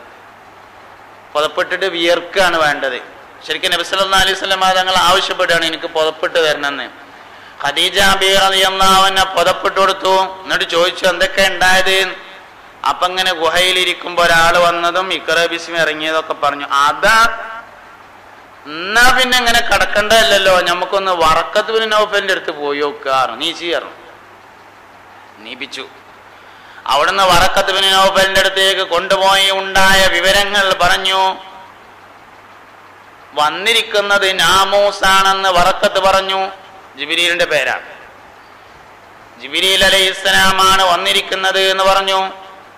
വർത്താനൊക്കെ പറഞ്ഞു, വരാൻ പോകുന്ന സംഭവങ്ങളൊക്കെ പറഞ്ഞു. കൂട്ടത്തിൽ ഒന്നും കൂടിയും പറഞ്ഞു, നിങ്ങളുടെ നാട്ടുകാര് നിങ്ങളുടെ നാട്ടിൽ നിന്ന് നിങ്ങളെ ആട്ടിയോടിക്കുന്ന സമയത്ത് ഞാൻ ഉണ്ടായിരുന്നെങ്കിൽ ഞാൻ നിങ്ങളെ പിന്തുണക്കുമായിരുന്നെന്ന് പറഞ്ഞപ്പോ പുണ്യനബി ചോദിച്ചു, അവ മുഖരിജീയ, എന്റെ നാട്ടുകാരെന്നെ ഇവിടെ നിന്നാട്ടുമോ? അങ്ങനെ സങ്കല്പിക്കാൻ പോലും പറ്റൂലായിരുന്നു. ആട്ടെന്ന് പറഞ്ഞു, പറഞ്ഞേക്കും എന്ന് വറക്കത്ത് ബിൻ നൗഫൽ പുണ്യനബി സല്ലല്ലാഹു അലൈഹി വസല്ലമയോട് പറഞ്ഞു. ഖദീജ ബി റളിയല്ലാഹു അൻഹയും നബിതങ്ങളും മടങ്ങി. എല്ലാ സന്ദർഭത്തിലും നബിതങ്ങൾക്ക് താങ്ങും തുണയുമായി ഖദീജ ബി റളിയല്ലാഹു അൻഹ വർത്തിച്ചു. നബിതങ്ങളുടെ എല്ലാ മക്കളും ഖദീജ ബിവിയിൽ നിന്നുണ്ടായി. നബിന്റെ എല്ലാ മക്കളും ഖദീജ ബി. ഇബ്രാഹിം എന്ന ആൺകുട്ടി മാരിയത്തുൽ ഖിബ്തിയ്യ എന്ന അടിമ സ്ത്രീയിൽ ഉണ്ടായതാണ് എന്നുള്ളത് ഒഴിച്ചാല് എല്ലാ കുട്ടികളും പുണ്യ നബി സല്ലല്ലാഹു അലൈഹി വസല്ലമ തങ്ങൾക്ക് ഖദീജ ബി റളിയല്ലാഹു അൻഹയിൽ നിന്നുണ്ടായി. ഖദീജ ബിനെ പറ്റി നബി തങ്ങൾ ഇങ്ങനെ എപ്പോഴും പറയും. കുറേ സമയം ഇങ്ങനെ പലപ്പോഴായി പറഞ്ഞപ്പോ ഒരിക്കൽ ഖദീജ ബി റളിയല്ലാഹു ആയിഷ ബി റളിയല്ലാഹു അൻഹ ചോദിച്ചു, നബിയേ അജൂസുൻ കദാ വകദാ, ഖദീജ ഒരു തള്ളല്ലേ എന്ന് ചോദിച്ചു. വഖദ് അബ്ദലക്കല്ലാഹു ഖൈറൻ മിന്നാ, അള്ളാഹു നിങ്ങൾക്ക് അതിനേക്കാൾ ഖൈറായ ഭാര്യമാരെ തന്നിട്ടില്ലേ എന്ന് ചോദിച്ചപ്പോ നബി തങ്ങൾ പറഞ്ഞു, മാ അബ്ദലനി അല്ലാഹു ഖൈറൻ മിന്നാ, ഖദീജയേക്കാൾ ഖൈറായ ഒരു ഭാര്യയെ അള്ളാഹു എനിക്ക് പകരം തന്നിട്ടില്ല. വലദത്തിനി ഇബ്ന, അതിന്റെ കുട്ടിയുടെ അമ്മയാണ് എന്ന് പറഞ്ഞു. ഖദീജ എന്റെ കുട്ടിയുടെ അമ്മയാണ്, വേറുള്ളവരൊക്കെ എന്റെ ഭാര്യമാരാണ്, പക്ഷെ എന്റെ കുട്ടിയുടെ അമ്മ അല്ല എന്ന് പറഞ്ഞു. കുട്ടികളമ്മ ഖദീജയാണ്. എല്ലാ സമയത്തും നബിതങ്ങൾ കുട്ടികളമ്മാനെ പറ്റിയിട്ട് ഇങ്ങനെ പറയും. ഒരാടിനർത്താൽ അതിന്റെ കുറകെടുത്തിട്ട് ഖദീജ ബിയുടെ കൂട്ടുകാരികൾക്ക് കൊടുത്തേക്കും. ഖദീജ ബിയുടെ സഹോദരിയായ ഹാല ഒരിക്കൽ വന്നപ്പോ പുണ്യ നബി എഴുന്നേറ്റ് നിന്ന് സ്വീകരിച്ചു. ഭാര്യമാർക്ക് അത്ര ഇഷ്ടപ്പെട്ടില്ല. അവരുടെ മുഖത്ത് നീരസം കണ്ടപ്പോ നബി തങ്ങൾ പറഞ്ഞു, ഖദീജയെ കുറിച്ച് ഞാനിങ്ങനെ പറയുന്നതിൽ നിങ്ങൾ വേവലാതിപ്പെടണ്ട, അതിന്റെ കുട്ടികളമ്മയാണ്. കുട്ടികളമ്മയാ പിന്നെ എത്രമാത്രം ആദരിക്കണം ബഹുമാനിക്കണം എന്ന് പുണ്യനബിയും ഖദീജ ബീവിയും തമ്മിലുള്ള വിവാഹബന്ധത്തിൽ നിന്ന് ശരിക്കും നമുക്ക് മനസ്സിലാവും. നബി തങ്ങൾക്ക് ഏറ്റവും വലിയ ആഘാതമുണ്ടായത് ഖദീജ ബീവിന്റെ വഫാത്താണ്. പിന്നൊന്ന് അബ്ദുൽ മുത്തലിബിന്റെ അബൂ താലിബിന്റെ വഫാത്താണ്. ഇത് രണ്ടും നബി തങ്ങളെ വല്ലാതെ വിഷമിപ്പിച്ചു. പുണ്യനബിക്ക് ഖദീജ ബീവിലുണ്ടായ അവസാനത്തെ കുട്ടിയാണ് ഫാത്തിമ ബീവി, ചെറിയ മോളാണ് ഫാത്തിമ ബീവി റളിയല്ലാഹു അൻഹ. ഫാത്തിമ ബീവി ഉണ്ടായതിനു ശേഷം ഖദീജ ബീവി റളിയല്ലാഹു അൻഹ വഫാത്തായി. ഖദീജ ബീവിന്റെ ശേഷം 2 കൊല്ലം നബി തങ്ങൾ ഭാര്യ ഇല്ലാതെ നടന്നിട്ടുണ്ട്. അതൊന്നും ഇപ്പൊ വിമർശിക്കുന്ന ആൾക്കാർക്ക് നോക്കാൻ നേരമില്ല എന്ന് മാത്രം. 2 കൊല്ലം ഭാര്യ ഇല്ലാതെ നബി സല്ലല്ലാഹു അലൈഹി വസല്ലം നടന്നു ഖദീജ ബീവി വഫാത്തായിട്ട്. പിന്നെ കുടുംബക്കാരെ കൂടി ഒപ്പം കൂടിയിട്ട് ഖൗല ബീവി റളിയല്ലാഹു അൻഹ ചെന്നിട്ട് ചോദിച്ചു, അല്ല മുഹമ്മദേ, ഇങ്ങനെ നടന്നാൽ മതിയോ? കുട്ടികൾക്കൊരു ഉമ്മയൊക്കെ വേണ്ടേ, ഒരു കല്യാണം കഴിക്കണ്ടേ എന്ന് ചോദിച്ചു. അപ്പൊ ചോദിച്ചു, എന്റെ ഖദീജയേക്കാൾ ഖൈറായ ഒരു സ്ത്രീയെ എനിക്കിനി കിട്ടുമോ എന്ന് ചോദിച്ചു. ഖൗല ബീവി റളിയല്ലാഹു അൻഹ പറഞ്ഞു, ധാരാളം സ്ത്രീകളെ കിട്ടുമല്ലോ. ആരാ ഉള്ളതെന്ന് ചോദിച്ചു. ആയിഷ ബീവി ഉണ്ടല്ലോ. ആയിഷ ബീവി ഉണ്ടല്ലോ എന്ന് പറഞ്ഞു. നബി തങ്ങൾ പറഞ്ഞു, അതൊരു കുട്ടിയല്ലയോ? അതൊരു കുട്ടിയല്ല, ചെറിയ കുട്ടിയല്ലേ എന്ന് ചോദിച്ചു. ഖൗല ബീവി പറഞ്ഞു, അങ്ങനെയാണെങ്കിൽ നിക്കാഹ് കഴിച്ചിട്ടിട്ട് പിന്നെ കൂട്ടി കൊടുന്നാൽ മതി. നബി തങ്ങൾ പറഞ്ഞു, അതുകൊണ്ട് ഇപ്പൊ എങ്ങനെ കുട്ടികളെ നോക്കല് നടക്കുക? കുട്ടികളെ നോക്കാന്നല്ലേ നിങ്ങൾ പറഞ്ഞത്, അതിന് ആയിഷ ബീവിനെ പറ്റൂലല്ലോ എന്ന് പറഞ്ഞു. വിമർശിക്കുന്ന ആൾക്കാർക്ക് ഇതൊന്നും അന്വേഷിക്കാൻ നേരല്ലേ? ഓർക്ക് ആകെ അറിയാം 9 എണ്ണം നടത്തി അല്ലെങ്കിൽ 11 നടത്തി, അത് ശരിയായില്ല എന്ന് മാത്രമേ ഉള്ളൂ. 9 നടത്തിയത് ശരിയായില്ല അല്ലെങ്കിൽ 11 വിവാഹം കഴിച്ചത് ശരിയായില്ല എന്ന് മാത്രമേ അറിയുള്ളൂ. ചിലപ്പൊക്കെ ഞമ്മക്കും തോന്നുകയാണ് അതിപ്പോ ശരി തന്നെയല്ലേ, എന്താ ഇപ്പൊ നമ്മളും നബിയും തമ്മിൽ ഇത്ര വ്യത്യാസം, നമ്മളെക്കാൾ നബി തങ്ങൾക്ക് പ്രത്യേകത ഉണ്ടേ, അത് നമ്മൾ ആലോചിക്കായിട്ടാണ്. അത് ഈ പെങ്കാര്യത്തിൽ ആക്ഷേപിച്ചാലേ ആൾക്കാർക്ക് ഒന്നുമില്ലെങ്കിലും തോന്നും, ഒന്നുമില്ലാതെ അങ്ങനെ പറയില്ലല്ലോ. അയിമ പിടിച്ചതാണ് ജൂതന്മാര്. വാസ്തവത്തിൽ നബി തങ്ങൾക്ക് വേറെ ഒരുപാട് പ്രത്യേകത ഉണ്ട്. അപ്പൊ ഞമ്മക്ക് 2 നോലുമ്പോ ഒരുമിച്ച് നിൽക്കാൻ പറ്റൂലല്ലോ. ഇന്ന് രാവിലെ നോമ്പ് തുടങ്ങി മഗ്‌രിബിക്ക് നോമ്പ് തുറന്നിട്ടേ അടുത്ത നോമ്പ് നോൽക്കാൻ പറ്റുള്ളൂ, മറ്റേത് പറ്റൂല. 2 നോമ്പ് ഒരുമിച്ച് നോൽക്കാൻ പറ്റൂല. നബി സല്ലല്ലാഹു അലൈഹി വസല്ലം തങ്ങൾ 2ഉം 3ഉം നോമ്പ് ഒരുമിച്ച് നോൽക്കാറുണ്ടായിരുന്നു. നബി തങ്ങൾക്ക് അത് ജായിസായിരുന്നു. എന്താ നമ്മളാരും അത് ചോദിക്കായിട്ട് എന്താ അങ്ങനെ? തിന്നണോടത്ത് മാത്രം മുഹമ്മദിന് തിന്നാൻ പറ്റൂല, ഞമ്മക്ക് തിന്നാൻ പറ്റും, നമ്മൾ തിന്നേ മതിയാവും, അങ്ങനെയല്ലോ. 2 നോലുമ്പോ ഒരുമിച്ച് നോൽക്കാൻ പറ്റൂല എന്ന് പറഞ്ഞാൽ എന്താ അതിന്റെ അർത്ഥം? തിന്നേ മതിയാവൂ ഞമ്മക്ക്. നബി സല്ലല്ലാഹു അലൈഹി വസല്ലം തങ്ങൾക്കോ തിന്നാൻ പറ്റൂല. എന്താ അപ്പൊ അതിൽ അങ്ങനെയെന്ന് നമ്മളാരും ചോദിക്കണില്ല. എന്തേ? അതിപ്പോ തീറ്റക്കാരെ നമ്മളാരും സലാമത്തായ പിന്നെ എന്താ മറ്റേത്ര ആലോചിക്കേണ്ട കാര്യം? തിന്നാതിരിക്കുക എന്താ വെച്ചായിക്കോട്ടെ. ഞമ്മക്കെല്ലാവർക്കും ഫക്കീർ, മിസ്കീൻ, മുഅല്ലത്തുൽ ഖുലൂബ് തുടങ്ങി 8 വിഭാഗത്തിൽപ്പെട്ട എല്ലാവർക്കും സക്കാത്ത് വാങ്ങാം. നബി തങ്ങൾക്ക് സക്കാത്ത് വാങ്ങാൻ പാടില്ല. പുണ്യ നബി സല്ലല്ലാഹു അലൈഹി വസല്ലം തങ്ങൾക്ക് സക്കാത്ത് വാങ്ങാൻ പാടില്ല. നമ്മളാരും അത് ആലോചിക്കണില്ല. എന്താ ഇപ്പൊ അത് പൈസ മുഹമ്മദിന് കഴിച്ചോ എന്ന് നമ്മളാരും ചോദിക്കണില്ല. കാരണം എന്തേ? അത് പെങ്കേസ് അല്ലാത്തതുകൊണ്ട് നമുക്ക് താല്പര്യമില്ല. പെങ്കേസ് പറയുമ്പോ നമുക്ക് പ്രത്യേക ഒരു താല്പര്യം വരികയാണ്. അതാണ് സംഗതി. ഫർള് നിസ്കാരം നിർബന്ധമാകുന്നതിന് മുമ്പ് മുഹമ്മദ് നബി തങ്ങൾക്ക് തഹജ്ജുദ് നിസ്കാരം നിർബന്ധമാണ്. ഞമ്മക്ക് തഹജ്ജുദ് സുന്നത്താണ്. വേണമെങ്കിൽ നിസ്കരിച്ചാൽ അല്ലെങ്കിൽ ഒഴിവാക്കാൻ, നിസ്കരിച്ചാൽ കൂലി കിട്ടും, നിസ്കരിച്ചില്ലെങ്കിൽ കുത്തില്ല, അങ്ങനെയാണ്. നബി സല്ലല്ലാഹു അലൈഹി വസല്ലം തങ്ങൾക്ക് നിസ്കരിക്കാതിരിക്കാൻ പറ്റൂല. തഹജ്ജുദ് നിസ്കാരം നിർബന്ധമാണ്. ഫർള് നിസ്കാരം നിർബന്ധമാകുന്നതിന്റെ മുമ്പ് യാ അയ്യുഹൽ മുസമ്മിൽ ഇറങ്ങിയിട്ടുണ്ട്. യാ അയ്യുഹൽ മുസമ്മിൽ ഖുമിൽ ലൈല ഇല്ലാ ഖലീല നിസ്ഫഹു ഔ ഇൻഖുസ് മിൻഹു ഔ സിദ് അലൈഹി വറത്തിലിൽ ഖുർആന തർതീല ഇന്നാ സനുൽഖി അലൈക ഖൗലൻ സഖീല ഇന്ന നാശിഅത്തൽ ലൈലി അശദ്ദു വത്അൻ വഅഖ്വമു ഖീല. തഹജ്ജുദ് നിസ്കാരം നിർബന്ധമാണെന്ന് നബിയോട് പറയണ ആയത്തില്. അന്ന് ഫർള് നിസ്കാരം നിർബന്ധമല്ല. ഫർദ് നിസ്കാരം നിർബന്ധമാകുന്നത് മിഅ്റാജിന്റെ രാത്രിയിലാണ്. അതിന്റെ മുമ്പ് ഇറങ്ങിയ ആയത്താണ്. എന്താ നമ്മളാരും ചോദിക്കാത്ത, എന്താ മുഹമ്മദിന് ഇത്ര വലിയ പ്രത്യേകത? രാത്രി നീച്ച് നിസ്കരിക്കൽ നിർബന്ധമാണ്. ഞമ്മക്ക് സുഖമായിട്ട് കടന്നുറങ്ങിയിട്ട് ബാങ്ക് കൊടുത്തിട്ട് നീച്ചാൽ മതി. ആരും ചോദിക്കണില്ല. അങ്ങനെ ഒരുപാട് പ്രത്യേകതകൾ പുണ്യനബിക്കുണ്ട് സല്ലല്ലാഹു അലൈഹി വസല്ലം. നബി തങ്ങൾക്ക് വിവാഹം ജായിസാണെന്ന് മാത്രമല്ല, വിവാഹം കഴിച്ച ഒരു പെണ്ണിനെ ഇഷ്ടപ്പെട്ടില്ലെങ്കിൽ പോലും ത്വലാഖ് ചൊല്ലാൻ പാടില്ല നിയമമുണ്ട്. പക്ഷെ അത് ഞാൻ ഇതിലേക്ക് വരുന്നുണ്ട്. അപ്പൊ നബി തങ്ങൾക്ക് ഈ വിഷയത്തിൽ മാത്രമൊന്നല്ല പ്രത്യേകത ഉള്ളത്, ഒരുപാട് വിഷയത്തിൽ പ്രത്യേകതയുണ്ട്. ഈ വിഷയത്തിലും നബി തങ്ങൾക്ക് പ്രത്യേകതയുണ്ട് എന്ന് നമ്മൾ മനസ്സിലാക്കണം. ഹൗലാ ബീവി റളിയല്ലാഹു അൻഹ വന്നിട്ട് ആയിഷാ ബീവിനെ കല്യാണം കഴിക്കാൻ പറഞ്ഞപ്പോ അതൊരു കുട്ടിയല്ലേ എന്ന് പറഞ്ഞപ്പോ ഹൗലാ ബീവി പറഞ്ഞു, അങ്ങനെയാണെങ്കിൽ സൗദാ ബീവി വിവാഹം കഴിച്ചോളിയാർ. സൗദാ ബീവി വിവാഹം കഴിക്കാൻ വേണ്ടി പറഞ്ഞു.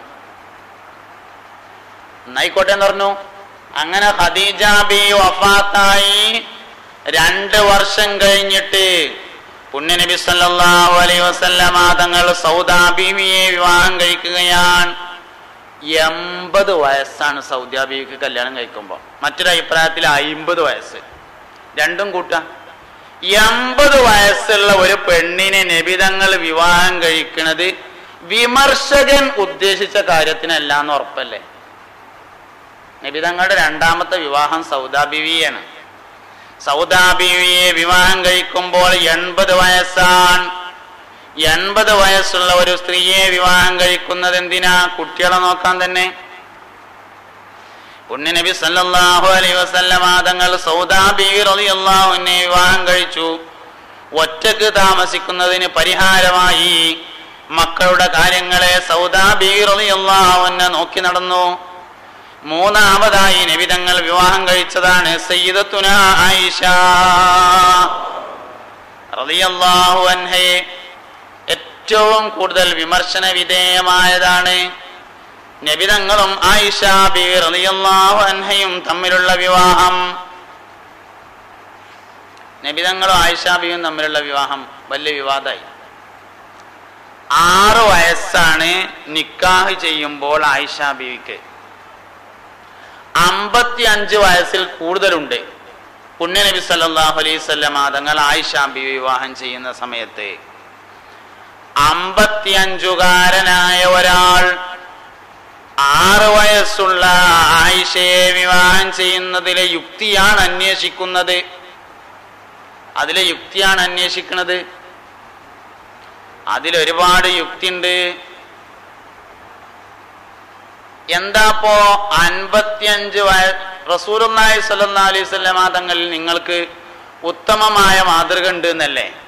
അപ്പൊ 55 വയസ്സുള്ള നബി 6 വയസ്സുള്ള ആയിഷയെ വിവാഹം കഴിച്ചതിൽ എന്ത് മാതൃകയുള്ളത് എന്നാ ചോദ്യം. എന്ത് മാതൃകയുള്ളത്?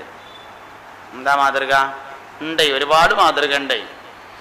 ഒന്ന്, ഒരാൾ വിവാഹം കഴിക്കേണ്ടത് ഭാര്യയുടെ മാതാപിതാക്കളുടെ സംതൃപ്തിയോട് കൂടെയായിരിക്കണം എന്നതിലാണ് 1ാമത്തെ മാതൃക. നബിതങ്ങൾ ഒരിക്കലും 6 വയസ്സായ ഒരു പെൺകുട്ടിയുണ്ടോ എവിടെയെങ്കിലും കിട്ടാന് പെണ്ണെട്ടാനായിരുന്നു എന്ന് ചോദിച്ച് നടന്നിട്ടില്ല. ഒരു 6 വയസ്സായ കുട്ടിയുണ്ടോ അത്യാവശ്യം കാണാൻ തിരക്കടില്ലാത്തത്, എനിക്ക് കല്യാണം കഴിക്കാനായിരുന്നു എന്ന് നബിതങ്ങൾ ചോദിച്ചിട്ടില്ല. പിന്നെന്തേണ്ടായി? സിദ്ദീഖ് റളിയല്ലാഹു അൻഹുവിന് നബിതങ്ങളുമായി നേരിട്ട് കുടുംബബന്ധമില്ല. സിദ്ദീഖ് റളിയല്ലാഹു അൻഹുവിന്റെ വാപ്പാര പരമ്പര മുറത്ത് എന്നവരിലേക്കാണ് ചെന്നുമുട്ട. നബിതങ്ങളുടെ വാപ്പാന്റെ പരമ്പരയിൽ ഹാഷിം മുത്തലിബിലേക്ക് ചെന്നുമുട്ടിയാലേ അഹ്ലു ബൈത്താവുള്ളൂ. അതിന്റെ മേലെയാണ് മുറത്ത്. അബൂഹു അബ്ദുല്ലാഹി അബ്ദുൽ മുത്തലിബ് വഹാഷിമുൻ അബ്ദു മനാഫിൽ മുൻതസിബ് ഖുസൈ ഖിലാബുൻ മുറത്തുൻ. അവിടേക്കാണ് സിദ്ദീഖ് റളിയല്ലാഹുവിന്റെ കുടുംബ പരമ്പര ചെന്നുമുട്ട. അതുകൊണ്ട് നബി തങ്ങളുടെ അഹ്ലു ബൈത്തിലല്ല സിദ്ദീഖുൽ അക്ബർ റളിയല്ലാഹു അൻഹു ഉള്ളത്. നബി തങ്ങളോട് കുടുംബബന്ധം സ്ഥാപിക്കാൻ സിദ്ദീഖിന്റെ മുമ്പിൽ ഒരു വഴിയേ ഉള്ളൂ, മകളെ കല്യാണം കഴിച്ചു കൊടുക്കുക, വേറൊന്നുമില്ല. എന്ത് ചെയ്യണമെന്നറിയാതെ സിദ്ദീഖുൽ അക്ബർ റളിയല്ലാഹു അൻഹു വിഷമിച്ചു. എങ്ങനെ ഇപ്പൊ ചോദിക്കുക? എങ്ങനെ പറയാ, എവിടുന്നാ തുടങ്ങാ, ഒരു ഐഡിയ ഇല്ല. ആയിഷ ബീവിക്കാണെങ്കിൽ കല്യാണാലോചന വന്നുകൊണ്ടിരിക്കുന്നുണ്ട്. 2 കല്യാണാലോചന വന്നു. സിദ്ദീഖ് റളിയല്ലാഹു അൻഹു 2ഉം പെൻഡിങ്ങിൽ വെച്ചു. ഒരു കല്യാണം വന്ന് ഏകദേശമൊക്കെ ഇങ്ങനെ അന്വേഷിച്ച് ഉറപ്പിച്ച മട്ടായി. സിദ്ദീഖ് റളിയല്ലാഹു അൻഹു കാണാൻ ചെന്ന് നോക്കുമ്പോ ഓനും ഓന്റെ വാപ്പിയും കള്ളുടിയനാണ്. ഓൻ മാത്രല്ല വാപ്പിയും കള്ളുടിയനാണ്. എന്താ പഠിച്ചോനെ ഞാൻ കാട്ടുക എന്നാലോചിച്ച് അവിടുന്ന് മടങ്ങി. അപ്പോഴൊക്കെ അങ്ങനെ മനസ്സിലുണ്ട് നബിതങ്ങൾ കല്യാണം കഴിച്ചാൽ നന്നായിരുന്നു. ഒരിക്കൽ പുണ്യ നബി സല്ലല്ലാഹു അലൈഹി വസല്ലമ തങ്ങളുടെ അടുത്തേക്ക് ആയിഷ ബീവി റളിയല്ലാഹു അൻഹയെ വിളിച്ചുകൊണ്ട് ഒരു പളങ്കുപാത്രം നൽകിയിട്ട് അതിൽ 3 ചുവന്ന റോസാപ്പൂവുകൾ വെച്ചുകൊണ്ട് ആയിഷ ബീവിയുടെ കയ്യിൽ കൊടുത്തിട്ട് പറഞ്ഞയച്ചു, മോളെ ഇതുമായി മുഹമ്മദ് നബിയുടെ അടുക്കൽ ചെല്ലണം. അള്ളാന്റെ റസൂലിന് ഇഷ്ടപ്പെട്ടിട്ടുണ്ടെങ്കിൽ എടുക്കാൻ വേണ്ടി പറയണം. പളങ്കുപാത്രത്തിലെ റോസാപ്പൂവുമായി ആയിഷ ബീവി ചെന്നു. നബി തങ്ങളോട് ഇഷ്ടപ്പെട്ടെങ്കിൽ എടുക്കാൻ പറഞ്ഞിട്ടുണ്ടെന്ന് പറഞ്ഞപ്പോ ആയിഷ ബീവിക്ക് മനസ്സിലായിട്ടില്ലെങ്കിലും സിദ്ദീഖുൽ അക്ബർ എന്താണ് ഉദ്ദേശിച്ചത് എന്ന് നബി തങ്ങൾക്ക് മനസ്സിലായി.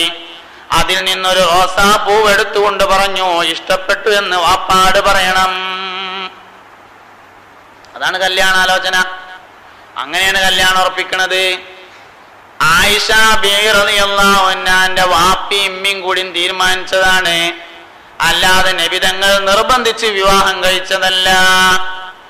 വാപ്പാക്കും ഉമ്മാക്കും കുട്ടികളെ ആർക്കാ കെട്ടിച്ചു കൊടുക്കേണ്ടത് എങ്കിൽ അതിന് സമ്മതിക്കണമെന്ന ഇസ്ലാമിക അധ്യാപനമാണ് ഇതിലെ 1ാമത്തെ പാഠം. 2ാമത്തെ പാഠം ആരെ കല്യാണം കഴിച്ചാലും ഭാര്യക്ക് സംതൃപ്തി നൽകാൻ സാധിക്കുക എന്നതാണ് ഭർത്താവിന്റെ വിജയം എന്നതാണ് 2ാമത്തെ പാഠം. എന്തായാലും മാതൃക എന്നാണ് ചോദ്യം. 2ാമത്തെ മാതൃക കല്യാണം കഴിച്ചത് ആരാണെങ്കിലും, കുട്ടിനെയാണെങ്കിലും തള്ളനാണെങ്കിലും ആരാണെങ്കിലും ഭാര്യയെ സംതൃപ്തയാക്കാൻ കഴിയുക അത് ഭർത്താവിന്റെ ക്വാളിറ്റിയാണ് എന്നുള്ളതാണ് 2ാമത്തെ പാഠം. ആയിഷ ബീവി റളിയല്ലാഹു അൻഹ ഒരിക്കലും നബി തങ്ങളോടൊപ്പം കഴിഞ്ഞുകൂടിയിട്ട് ഞാൻ ഇടങ്ങാറായി എന്ന് തോന്നിയിട്ടില്ല, ഞാൻ പെട്ടുപോയതാണെന്ന് തോന്നിയിട്ടില്ല. എന്നെത്ര ചെറുപ്പത്തിൽ എന്റെ വാപ്പി ഇമ്മിയും കൂടി കൊല ചെയ്തതാണെന്ന് ആയിഷ ബീവി റളിയല്ലാഹു അൻഹക്ക് തോന്നിയില്ല എന്ന് മാത്രല്ല, നബി തങ്ങളെ എനിക്ക് മാത്രം കിട്ടണമെന്നായിരുന്നു ആയിഷ ബീവി ആഗ്രഹിച്ചത്. അതിനാണ് പലപ്പോഴും തന്ത്രം മെനഞ്ഞത്. എനിക്ക് മാത്രം കിട്ടണം, എന്റെ നബിയാണ്, എനിക്ക് മാത്രം കിട്ടണം. ഒരിക്കൽ ആയിഷ ബീവി റളിയല്ലാഹു അൻഹയുടെ മടിയിൽ തല വെച്ചുകൊണ്ട് പുണ്യ നബി സല്ലല്ലാഹു അലൈഹി വസല്ലം തങ്ങൾ ഇങ്ങനെ ഉറങ്ങുകയാണ്. നബി തങ്ങളുടെ മുഖത്തേക്ക് ഇങ്ങനെ നോക്കിയിരുന്ന ആയിഷ ബീവിക്ക് കരച്ചിൽ വന്നു. ആയിഷ ബീവിയുടെ കണ്ണുകളിൽ നിന്ന് ഇറ്റി വീണ 2 കണ്ണുനീര് പുണ്യ നബിയുടെ പൂമുഖത്ത് വീണപ്പം ഞെട്ടി ഉണർന്ന നബി തങ്ങൾ ചോദിച്ചു, മാലക്കിയ ആയിഷു എന്ത് പറ്റി? എന്തേ ആയിഷ എനിക്ക് പറ്റിയത്? നീ എന്നോട് ഒരുപാട് സമയം സംസാരിച്ചിരിക്കണമെന്ന് കരുതിയിട്ട് ഞാൻ ഉറങ്ങിപ്പോയതാണോ? അതല്ല, നിനക്ക് വല്ല വിഷമവും പറ്റിയോ? നിനക്ക് എന്താ സംഭവിച്ചത് എന്നോട് പറയൂ. നബിയേ, എനിക്കൊരു വിഷമവും പറ്റിയതല്ല. നിങ്ങൾ എന്റെ മടിയിൽ ഇങ്ങനെ തലവെച്ച് കിടന്നപ്പോ ഞാൻ ആലോചിച്ചു പോയി, നബിയേ, ദുനിയാവിൽ വെച്ച് എന്റെ മടിയിൽ തലവെച്ചുറങ്ങാൻ എനിക്ക് നിങ്ങളെ കിട്ടുന്നുണ്ട്. നാളെ മഹ്ശറയിൽ എന്റെ മടിയിലൊന്ന് തലവെച്ച് കിടക്കാൻ നിങ്ങളെ കിട്ടുമോ എന്നാലോചിച്ചപ്പോ എനിക്ക് കരച്ചിൽ വന്നതാണ് നബിയേ. കുടുങ്ങിയെന്ന് മാത്രല്ല, ദുന്യാവെന്ന് മാത്രല്ല, ആഖിറത്തുനിന്ന് എനിക്ക് നിങ്ങളെ കിട്ടണമെന്ന് ആയിഷ ബീവി ആഗ്രഹിച്ചു എന്നത് സംതൃപ്തിയാണോ അല്ലയോ? വയസ്സെത്രയെന്നുള്ളതല്ല പ്രധാനം, സംതൃപ്തി കൊടുക്കാൻ പറ്റുമോ പറ്റൂലേ എന്നതാണ് ഏറ്റവും പ്രധാനം. അത് വളരെ പ്രധാനപ്പെട്ടത് തന്നെയാണ്. ലൈംഗികതയെ, സെക്സിനെ സെക്സായി പഠിച്ചെങ്കിൽ മാത്രം തീർന്നു പോകുന്ന കുറെ സംശയങ്ങളുണ്ട്. അങ്ങനെ ചോദിക്കണോനൊരു മടിയില്ലെങ്കിലേ പറയണോന് പിന്നെ മടിയുടെ ആവശ്യമില്ലല്ലോ. അങ്ങനെയല്ലോ, ചോദിക്കണോന് എന്ത് ചോദ്യം ചോദിക്കാന്നും പറയണോന് ഉത്തരം പറയാൻ മടിച്ചിരിക്കണമെന്നും അങ്ങനെയില്ല. ചോദിക്കണോന് മടിയില്ലെങ്കിൽ പറഞ്ഞവന് മടിയേണ്ട ആവശ്യമില്ല. ലൈംഗികതയെ ലൈംഗികതയായി തന്നെ മനസ്സിലാക്കുമ്പോൾ തീർന്നു പോകുന്ന കുറെ സംശയമുണ്ട്. ആയിപ്പെട്ട സംശയമാണ് ആയിഷ ബീവി നബി തമ്മിലുള്ള ജീവിതം. 6-ാമത്തെ വയസ്സിൽ വിവാഹം ചെയ്തു എന്നുള്ളത് ശരിയാണ്. പക്ഷെ 9-ാമത്തെ വയസ്സിലാണ് അവർ തമ്മിൽ വീട് കൂടുന്നത്. മദീനയിൽ വെച്ചാണ്. കല്യാണം മക്കത്തു നിന്നാണ്. അവർ ഒരുമിച്ച് താമസിക്കുന്നത് മദീനയിൽ വെച്ചാണ്. 9-ാമത്തെ വയസ്സിൽ അന്നും ഇന്നും എന്നും പെണ്ണുങ്ങൾക്ക് പ്രായം തികയണ സമയമാണ്. എല്ലാ കാലത്തും സ്ത്രീകൾക്ക് പ്രായം തികയാറുള്ളത് 9 വയസ്സിൽ തന്നെയാണ്. 9 വയസ്സിലൊക്കെ പിന്നെ ഒരു ഭാര്യയും ഭർത്താവും ഒരുമിച്ച് ജീവിച്ചിട്ട് എന്തേലും ആയാ പിന്നെ എന്താ കാട്ടുക? ഒന്നും ആയിട്ടില്ല, അത് വേറെ കാര്യം. അല്ല, വിമർശകന്മാര് പറഞ്ഞു കേട്ടാൽ 18 കൊല്ലാണ് നബി ആയിഷ ബി ഒരുമിച്ച് താമസിച്ചത്. കൊല്ലത്തിന് ഓരോ കുട്ടിനെ കൂട്ടിയാൽ 18 കുട്ടി വേണമല്ലോ. അല്ല, വിമർശകന്മാര് പറഞ്ഞ ആവശ്യത്തിനാണെങ്കിൽ ഒരു കൊല്ലത്തിന്റെ ഒരു കുട്ടി വീതം 18 കുട്ടി വേണ്ടേ? 18 കൊല്ലം ഒരുമിച്ച് താമസിച്ചല്ലോ. വേണ്ട, 2 കൊല്ലത്തിന് കൂട്ടിക്കോളി, എന്നാലും 9 എണ്ണം വേണ്ടേ? ഒറ്റൊന്നു പോലും ഉണ്ടായിട്ടില്ല എന്നുള്ളതാണ് പുണ്യനബി സല്ലല്ലാഹു അലൈഹി വസല്ലമയും ആയിഷ ബിയും തമ്മിലുള്ള ജീവിതത്തിൽ. പിന്നെ എന്തുണ്ടായി എന്നാണ് നമ്മൾ പഠിക്കേണ്ടത്. എന്തേണ്ടായിന്നാ പഠിക്കേണ്ടത്? നിങ്ങൾ കേട്ടുക്കണമെന്നറിയില്ല, ഓഷോ രജനീഷിനെ കുറിച്ച്. ലൈംഗികതയുടെ ഏറ്റവും പ്രധാനപ്പെട്ട ഒരു ആചാര്യനാണ് ഓഷോ രജനീഷ് എന്ന് പറയുന്ന ആള്. ലൈംഗികതയെക്കുറിച്ച് ഏറ്റവും വലിയ പ്രബന്ധങ്ങളും പ്രഭാഷണങ്ങളൊക്കെ നടത്തിയ ആളാണ് ഓഷോ രജനീഷ്. ഓഷോ രജനീഷിന് ഒരു പുസ്തകമുണ്ട്. അദ്ദേഹത്തിന്റെ പുസ്തകങ്ങൾക്ക് ഇംഗ്ലീഷാണ്, മലയാള പരിഭാഷ ഉണ്ട്. ലൈംഗികതയിൽ നിന്ന് അതിബോധത്തിലേക്ക് എന്ന് പറഞ്ഞൊരു പുസ്തകം. 2007 എഡിഷൻ പേജ് നമ്പർ 33 ഇങ്ങനെ ഒരു കാര്യം പറയുന്നുണ്ട്. എന്താ കാര്യം വെച്ചാല്, ലൈംഗികതയിലൂടെ ഒരാൾക്ക് ലഭിക്കുന്ന സുഖത്തിന് ആനന്ദം എന്നാണ് പറയാ. ആനന്ദം എന്നാണ് പറയാ. ധ്യാനത്തിലൂടെ ഒരു മനുഷ്യൻ നേടുന്നത് ഭാര്യ ഭർത്താക്കന്മാർ മൈഥുനത്തിന്റെ സമാപ്തിയിൽ നേടുന്ന അതേ ആനന്ദം തന്നെയാണ്. ഒന്നുകൂടി ശ്രദ്ധിക്ക്. ധ്യാനത്തിലൂടെ ഒരു മനുഷ്യൻ നേടുന്നത് ഇണകൾ ലൈംഗികതയുടെ മൈഥുനത്തിന്റെ പരിസമാപ്തിയിൽ നേടുന്ന അതേ ആനന്ദം തന്നെയാണ്. ആകയാൽ വിഷയാനന്ദവും ബ്രഹ്മാനന്ദവും സഹോദരത്തിന്റെ ഇൽമിലൂടെ ഒരു മനുഷ്യന് ലഭിക്കുന്ന രസവും ഭാര്യ ഭർത്താക്കന്മാരുടെ മൈഥുനത്തിന്റെ പരിസമാപ്തിയിൽ ഉണ്ടാകുന്ന രസവും ജ്യേഷ്ഠനും അനുജനുമാകുന്നു എന്ന് ഇന്നത്തെ ഏറ്റവും വലിയ സെക്സിന്റെ ആചാര്യനായ ഓഷോ രജനീഷിന്റെ ലൈംഗികതയിൽ നിന്ന് അതിബോധത്തിലേക്ക് എന്ന പുസ്തകത്തിന്റെ പേജ് 33 2007 എഡിഷനിലുണ്ട്. എന്തേ പറഞ്ഞു? 2210 ഹദീസുകളാണ് പുണ്യനബി സല്ലല്ലാഹു അലൈഹി വസല്ലമ തങ്ങളിൽ നിന്ന് ആയിഷ ബി ഉദ്ധരിച്ചത്. ആയിഷ ബി റളിയല്ലാഹു അൻഹ നബി തങ്ങളിൽ നിന്ന് റിപ്പോർട്ട് ചെയ്തത് 2210 ഹദീസുകളാണ്. അതിലധികവും പഠിക്കാൻ പ്രയാസമുള്ള ആത്മാവിനെ കുറിച്ചും റൂഹിനെ കുറിച്ചും പരലോകത്തെ കുറിച്ചുമുള്ള വിവരങ്ങളായിരുന്നു. വിജ്ഞാനത്തിൽ ഒരു രസമില്ല എന്ന് വന്നാൽ ആയിഷ ബീവി നബിതങ്ങൾ ഉണ്ടായത് ബാലപീഡനാണ് എന്ന് വരും. നബിതങ്ങളിൽ നിന്ന് ആയിഷ ബീവി അനുഭവിക്കേണ്ടതെന്തോ അതനുഭവിച്ചിട്ടുണ്ട്.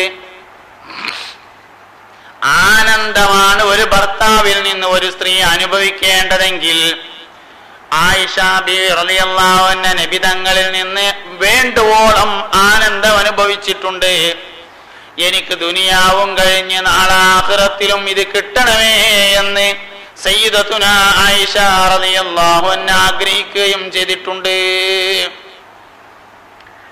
ഒരിക്കൽ നബിയും ഭാര്യമാരും തമ്മിൽ ചെലവിന് കൊടുക്കുന്ന വിഷയത്തിൽ ഒരു തർക്കമുണ്ടായി. ഞങ്ങൾക്ക് കിട്ടുന്ന ചെലവ് പോരാ എന്നൊരു തർക്കം. അപ്പൊ ആ തർക്കം കേട്ടിട്ട് സിദ്ദീഖ് റളിയല്ലാഹു അൻഹു കയറി വന്നു. ഉമർ റളിയല്ലാഹു അൻഹു ഇടപെട്ടു. അങ്ങനെയൊക്കെ മസ്ലഹത്തൊക്കെ പറഞ്ഞ സമയത്ത് നബിതങ്ങൾ ചോദിച്ചു, ആയിഷ, ആദ്യം ആയിഷ ബീവിനോട് ചോദിച്ചേ, എൻ്റെ അടുത്ത് ഇതേ ഉള്ളൂ, എൻ്റെ അടുത്ത് ഇപ്പൊ ഞാനീ തരുന്ന അതേ ഉള്ളൂ, ഇതിന് സംതൃപ്തരായി നിന്ന് അള്ളാഹുവിനെയും റസൂലിനെയും ആണോ നിങ്ങൾ തിരഞ്ഞെടുക്കുന്നത്? അല്ല, ഞാൻ നിങ്ങളെ ഒഴിവാക്കി തരാം, നിങ്ങൾക്ക് പോയിട്ട് വേറെ കല്യാണം കഴിച്ച് ജീവിക്കാണോ വേണ്ടത്? ആദ്യം ആയിഷ ബീവി റളിയല്ലാഹു അൻഹയോട് ചോദിച്ചപ്പോ ആയിഷ ബീവി പറഞ്ഞു, ഞാൻ എന്തായാലും പോണും ചെയ്യാറും. അല്ല, സംതൃപ്തി ഇല്ലെങ്കിൽ ഞാൻ ആദ്യം പോകാന്ന് പറയില്ലേ, കാരണം ചെറിയ വയസ്സല്ലേ ആയിട്ടുള്ളൂ.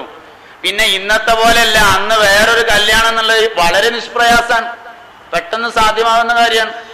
പോയിക്കൂടായിരുന്നോ? ഈ സംഭവം നമ്മളിങ്ങനെ പഠിക്കുമ്പോൾ മനസ്സിലാവുന്ന ഒരു കാര്യം, വാസ്തവത്തിൽ ഈ വിവാദം ആയിഷ ബീവി ഉണ്ടാക്കിയതാണ്. ഈ വിവാദം ആയിഷ ബീവി ഉണ്ടാക്കിയതായിരുന്നു. എന്തിന്? ഞാൻ ഏതായാലും പോകൂല, വേറുള്ളവരൊക്കെ ഈ പേരിലാണ് പോകുകയാണെങ്കിൽ എനിക്ക് ഒറ്റക്കാക്കാലോ. ആയിഷ ബീവിക്ക് അസംതൃപ്തി അല്ല ഉണ്ടായത്, മറ്റുള്ളവരോടും കൂടി എനിക്ക് കിട്ടണമെന്ന ആഗ്രഹമാണ് ഉണ്ടായത്. മുഹമ്മദ് നബി സല്ലല്ലാഹു അലൈഹി വസല്ലം തങ്ങൾ എന്ന അമ്പത്തികാരന്റെ ഒപ്പം താമസിച്ചിട്ട് ആയിഷ ബീവിക്ക് ഒരു ഇടങ്ങേറുമില്ല, നമുക്ക് വലിയ ഇടങ്ങേറാ. ഓ, അത് ശരിയായില്ല എന്നാണ്. അത് 9 വയസ്സുള്ള ആയിഷ ബീവി 55 വയസ്സുള്ള നബി തങ്ങളൊപ്പം അല്ലോ, അത് ഭയങ്കര ഇടങ്ങേറാക്കൽ തന്നെ ആയി എന്ന് നമ്മൾ പറയാം. ആയിഷ ബീവിക്ക് അങ്ങനെ അഭിപ്രായം ഉണ്ടായിട്ടില്ല, വേറുള്ളവരും കൂടി തെറ്റിപ്പോയിട്ട് ആ ദിവസം കൂടി എനിക്ക് കിട്ടിയെങ്കിൽ എന്നാണ് സയ്യിദത്തുന ആയിഷ റളിയല്ലാഹു അൻഹ യഥാർത്ഥത്തിൽ ആഗ്രഹിച്ചിട്ടുള്ളത് എന്ന് കാണാൻ പറ്റും. അങ്ങനെയാണ് ആയിഷ ബീവി റളിയല്ലാഹു അൻഹയും നബി തങ്ങളും തമ്മിൽ ജീവിച്ചു. സിദ്ദീഖുൽ അക്ബർ റളിയല്ലാഹു അൻഹുവിന്റെ ആഗ്രഹമായിരുന്നു അത്. വിമർശകന്മാരിങ്ങനെ കുറേ കാര്യങ്ങൾ പറയും, ഒക്കെ കൂടി ഇപ്പൊ നമ്മൾ മറുപടി പറഞ്ഞിട്ട് കാര്യമൊന്നുമില്ല. ഫാത്തിമ ബീവിനെ വിവാഹാലോചന നടത്തിയപ്പോ 18ാമത്തെ വയസ്സിലാണ് ഫാത്തിമ ബീവിനെ കല്യാണം കഴിക്കുന്നത്. ആദ്യമായിട്ട് അലി റളിയല്ലാഹു അൻഹു വിവാഹം കഴിക്കുന്നത്. ഫാത്തിമ ബീവിയെ വിവാഹാലോചന നടത്തിയപ്പോ നബി തങ്ങൾ പറഞ്ഞു, ഓക്ക് പ്രായമായിട്ടില്ല. അപ്പൊ മോളെ കെട്ടിക്കാൻ പ്രായമായിട്ടില്ല എന്നും, മൂപ്പർക്ക് ആയിഷ ബീവിനെ 9ാമത്തെ വയസ്സിൽ 6ാമത്തെ വയസ്സിൽ കല്യാണം കഴിക്കായിരുന്നു. ഇതിലെന്താ തമ്മില്? എന്താ ഇപ്പൊ ഫാത്തിമക്കൊരു പ്രായം ആകായി, ആയിഷക്കൊരു പ്രായം ആകലും എന്നാണ് ചോദിക്കണവര്. ഭയങ്കര രസമുള്ള ചില ചോദ്യങ്ങളൊക്കെ ചോദിക്കേ, നമുക്കും തോന്നും, ആ അങ്ങനെ ഉണ്ടോ, അങ്ങനെ ഉണ്ടെങ്കിൽ പിന്നെ ശരി തന്നെയാണ്. എന്തേ പറഞ്ഞാൽ അങ്ങനെയാണെങ്കിൽ മകളെ 6ാമത്തെ വയസ്സിൽ കെട്ടിച്ചു കൊടുത്തുടാന്നില്ലേന്ന് തോന്നും. ഈ പ്രായം ആയോ ആയില്ലേന്ന് ആരാ തീരുമാനിക്കണ്ടേ? പ്രായം ആയോ ആയില്ലേന്ന് തീരുമാനിക്കേണ്ടത് മാതാവും പിതാവുമാണ്. ആയിഷ ബീവിന്റെ അമ്മാക്കും വാപ്പാക്കും തോന്നി പ്രായമായിട്ടുണ്ട് എന്ന്, ഫാത്തിമ ബീവിന്റെ അമ്മാക്കും വാപ്പാക്കും തോന്നി പ്രായമായിട്ടില്ല. ഇതാരാ തീരുമാനിക്കേണ്ടത്?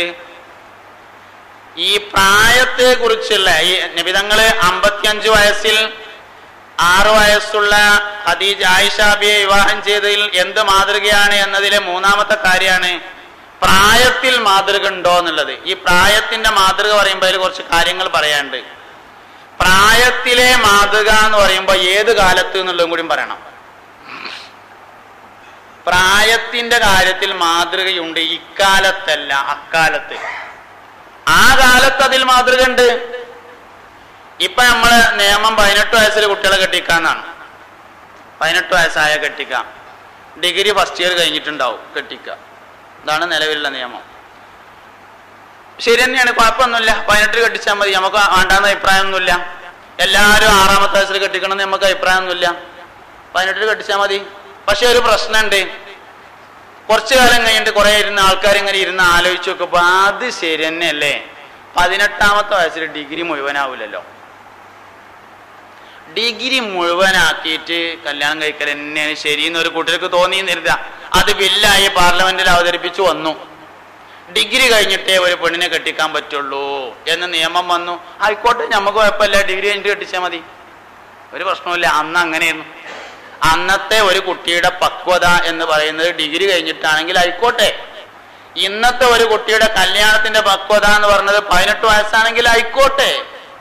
പക്ഷെ അതിന്റെ തൊട്ട് മുമ്പ് കുട്ടികളൊക്കെ SLC കഴിഞ്ഞാൽ കെട്ടിച്ചിരുന്നല്ലോ. ഓലൊക്കെ അമ്മയും വാപ്പിയായിട്ട് നിലവിലുണ്ട്, ഒരു കുഴപ്പമില്ല. അന്ന് അത് ശരിയായിരുന്നു, അന്നത്തെ പക്വത അതാണ്. അതിന്റെ മുമ്പ് നമ്മളൊക്കെ അമ്മമാരോട് ചോദിച്ചാൽ അറിയാൻ പറ്റും. വിദ്യാഭ്യാസം ഉള്ളവരാണെങ്കിൽ 6ാം ക്ലാസ് വരെ പോയിട്ടുണ്ടാവും. വിദ്യാഭ്യാസം ഉള്ള അമ്മയും വാപ്പയാണെങ്കിൽ 6ാം ക്ലാസ്സും എന്തേ പോൽക്കൊരു കുറവുണ്ടായത്? ഒന്നുമില്ല. അന്നത്തെ വാപ്പാന്റെ ഇമ്മാന്റെ അഭിപ്രായം ഓൽക്കറിയായിരുന്നു 6ാം ക്ലാസ് കഴിഞ്ഞാൽ കുട്ടിനെ കെട്ടിക്കാനായിട്ടുണ്ട്. കുറച്ചുകൂടി വല്യമ്മാട് ചോദിച്ചാൽ 4ാം ക്ലാസ് ആയിക്കാരം. വല്യമ്മാനോട് ചോദിച്ചാൽ 4ാം ക്ലാസ് ആണ്. അപ്പൊ അന്നത്തെ യോഗ്യത 4ാം ക്ലാസ് ആണ്. അതിന്റെ മുന്നേ സാമൂഹികമായ ചില ഇടപെടലുകളൊക്കെ നടത്തി ഒരു കുട്ടിനെ കല്യാണത്തിനായിട്ടുണ്ടോ എന്ന് വാപ്പാക്കും ഉമ്മാക്കും അറിയണ സമയത്ത് കല്യാണം കഴിച്ചു കൊടുക്കലായിരുന്നു അക്കാലത്തുണ്ടായിരുന്ന പതിവ്. അതനുസരിച്ച് നിങ്ങൾ ആലോചിച്ച് നോക്കേണ്ട ഒരു രസം എന്താ വെച്ചാല് 20ാം നൂറ്റാണ്ടിന് മുമ്പ് ആയിഷ ബീവി എന്ന 9 വയസ്സുകാരിയെ അല്ലെങ്കിൽ 6 വയസ്സുകാരിയെ മുഹമ്മദ് നബി സല്ലല്ലാഹു അലൈഹി വസല്ലം തങ്ങൾ വിവാഹം ചെയ്തത് പ്രായത്തിന്റെ അടിസ്ഥാനത്തിൽ ശരിയായിരുന്നില്ല എന്നാരും അഭിപ്രായപ്പെട്ടിട്ടില്ല.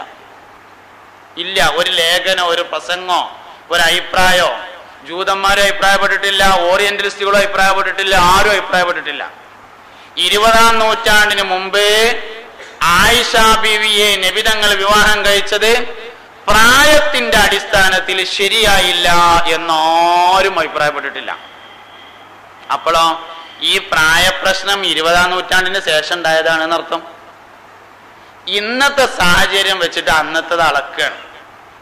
ഒരു രസറിയങ്ങൾക്ക് അബ്ദുള്ള എന്ന നബിന്റെ വാപ്പ ആമിന എന്ന നബി തങ്ങളുടെ അമ്മാനെ കല്യാണം കഴിക്കണ അന്ന് വല്ലിപ്പ അബ്ദുൽ മുത്തലിബിന്റെ ഒരു കല്യാണം അവിടെ നടക്കുന്നുണ്ട്. അതേ പെരയിൽ അന്ന് 2 കല്യാണം ഉണ്ട്. വല്ലിപ്പയായ അബ്ദുൽ മുത്തലിബിന്റെ കല്യാണം ഉണ്ടെന്ന് 12 വയസ്സുകാരിയാണ് ഇപ്പൊ മണവാട്ടി.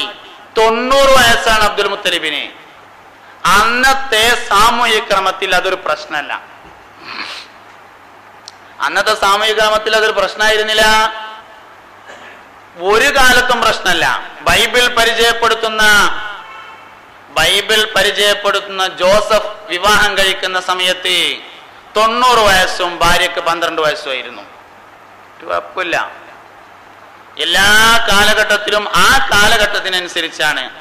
നിങ്ങൾ അറിയോ, നബി സല്ലല്ലാഹു അലൈഹി വസല്ലം തങ്ങൾ ആയിഷ ബീവിയെ വിവാഹാലോചന നടത്തുന്നതിന്റെ മുമ്പ് 2 വിവാഹാലോചന നടത്തിയിരുന്നു എന്ന് പറഞ്ഞാൽ എന്താ അതിന്റെ അർത്ഥം? 6-ലല്ല 5-ൽ തന്നെ കല്യാണം കഴിക്കുന്ന പതിവ് അന്നുണ്ട് എന്നാണ് അതിന്റെ അർത്ഥം. 6ാം വയസ്സിലാണ് നബി തങ്ങൾ അന്വേഷിക്കുന്നത്. അതിന് മുമ്പ് 2 വിവാഹാലോചന നടന്നിട്ടുണ്ട്. 6-ലല്ല 5-ൽ തന്നെ വിവാഹാലോചന നടത്തുകയും നിക്കാഹ് നടത്തുകയും ചെയ്യുന്ന പതിവ് അക്കാലത്തുണ്ടായിരുന്നു എന്നതിൽ നിന്ന് മനസ്സിലാക്കാൻ വേണ്ടി പറ്റും. അപ്പൊ ഇതിൽ ഏറ്റവും പ്രധാനപ്പെട്ടത് ഭാര്യക്ക് സംതൃപ്തി കൊടുക്കാൻ പറ്റുക എന്നുള്ളത് തന്നെയാണ്. അത് നബി തങ്ങളെ കൊണ്ട് പറ്റിയിട്ടുണ്ട്. ആയിഷ ബീവി റളിയല്ലാഹു അൻഹക്ക് അതിൽ യാതൊരു പരാതി ഉണ്ടായിട്ടില്ല. അപ്പൊ പിന്നെ അന്നേ കാലം മുതൽ മുനാഫിക്കുകളും ഓറിയന്റലിസ്റ്റുകളും നടത്തുന്ന ഒരു ദുഷ്പ്രചരണമുണ്ട്. സംതൃപ്തി ഇല്ലാത്തതുകൊണ്ടല്ലേ ആയിഷ വേറൊരാളപ്പം പോയത് എന്നാണ്. അങ്ങനെ ഒരു ചോദ്യം ഉണ്ട്. അതൊരു കെട്ടുകഥയാണ് യഥാർത്ഥത്തിൽ. അതായത് നബി സല്ലല്ലാഹു അലൈഹി വസല്ലം തങ്ങൾ യുദ്ധത്തിന് വേണ്ടി പോകുന്ന സമയത്ത് ഭാര്യമാരെ കൊണ്ടുപോകും. ഒരിക്കൽ യുദ്ധത്തിന് പോയപ്പോൾ ആയിഷ ബീവി റളിയല്ലാഹു അൻഹയെ കൊണ്ടുപോയി. യുദ്ധം കഴിഞ്ഞ് മടങ്ങി വന്ന് വഴിയിൽ താമസിക്കുന്ന സ്ഥലത്ത് നിന്ന് ആയിഷ ബീവി റളിയല്ലാഹു അൻഹ വഴിയിൽ ഒറ്റപ്പെടുകയും മലമൂത്ര വിസർജനത്തിന് വേണ്ടി പോയി തിരിച്ചു വന്നപ്പോഴേക്ക് യാത്രാ സംഘം പോയിരുന്നു. അവിടെ ഒറ്റപ്പെട്ടു. പിന്നണിയിൽ വരികയായിരുന്ന സഫ്വാൻ റളിയല്ലാഹു അൻഹു ആയിഷ ബീവിയെ കാണുകയും തന്റെ ഒട്ടകത്തെ മുട്ടുകുത്തിച്ച് ഒട്ടകക്കട്ടിലിൽ ആയിഷ ബീവിയെ കയറ്റിയിട്ട് ഒട്ടകത്തിന്റെ മൂക്കയർ പിടിച്ച് നടക്കുകയും ചെയ്തു. സഫ്വാൻ റളിയല്ലാഹു അൻഹു വളരെ സൂക്ഷ്മതയിലാണ് ആ കാര്യം കൈകാര്യം ചെയ്തത്. നമുക്കറിയാം, ഒട്ടകക്കട്ടിൽ എന്ന് പറഞ്ഞാൽ ഒട്ടകത്തിന്റെ മേലെ ഒരു തുണി ഇങ്ങനെ ഇട്ടിട്ട് 2 സൈഡിലും ഒരേ കട്ടിലാണ്. ഈ സൈഡിലും ഒരാൾക്ക് ഇരിക്കാം, ആ സൈഡിലും ഒരാൾക്ക് ഇരിക്കാം. ആയിഷ ബീവി റളിയല്ലാഹു അൻഹ ഒട്ടകക്കട്ടിലിന്റെ ഒരു സൈഡിൽ കയറി. യഥാർത്ഥത്തിൽ സഫ്വാൻ റളിയല്ലാഹു അൻഹു ഒട്ടകക്കട്ടിലിന്റെ മറ്റേ കട്ടിലിൽ കയറാമായിരുന്നു. ആയിഷ ബീവി കയറി സ്ഥിതിക്ക് ഞാൻ ഇനി വണ്ടിയിൽ കയറുന്നില്ല എന്ന് കരുതിയിട്ട് സഫ്വാൻ റളിയല്ലാഹു അൻഹു ഒട്ടകത്തിന്റെ കയറ് പിടിച്ച് നടക്കുക ചെയ്ത്. അത്രത്തോളം സൂക്ഷ്മത മനുഷ്യൻ കാണിച്ചിട്ടുണ്ട്. എന്നാലും മുനാഫിക്കുകൾ പറഞ്ഞു ഒന്നുമില്ലാതെ അപ്പം അങ്ങനെ ഉണ്ടാവില്ല. ആയിഷ ബീവിക്ക് മുഹമ്മദിന്റെ ഒപ്പം താമസിച്ചിട്ട് അത്ര സംതൃപ്തി ഒന്നും ഉണ്ടായില്ല, പ്രായമായ ആളല്ലേ, അതുകൊണ്ട് സഫ്വാൻ എന്ന ചെറുപ്പക്കാരനെ കണ്ടപ്പോൾ ഒപ്പം കൂടിയതാണ് എന്ന്. ഈ പ്രായത്തിന്റെ കാര്യത്തിലുള്ള വിവാദം അന്നില്ല. നബി തങ്ങളുടെ 9 വിവാഹം 11 വിവാഹത്തെ കുറിച്ചുള്ള അഭിപ്രായ വ്യത്യാസം അന്നില്ല. പക്ഷെ ഈ വിവാദം അന്ന് തന്നെ ഉണ്ടാക്കിയിട്ടുണ്ട്, ഈ ആക്ഷേപം അന്ന് തന്നെ ഉണ്ടാക്കിയിട്ടുണ്ട്. മുനാഫിക്കുകൾ രംഗത്ത് വന്നു. ആയിഷ ബീവി റളിയല്ലാഹു അൻഹയെ കുറിച്ച് പുരാതി പറഞ്ഞു പരത്തി. നബി തങ്ങളുടെ ചെവിയിലും ഈ വിവരമെത്തി. എന്താണ് സംഭവിച്ചതെന്നറിയാതെ പുണ്യനബി സല്ലല്ലാഹു അലൈഹി വസല്ലമ ജിബ്രീലിനെയും കാത്തിരുന്നു. ജിബ്രീൽ അലൈഹിസ്സലാം ദിവസങ്ങളോളം വന്നില്ല.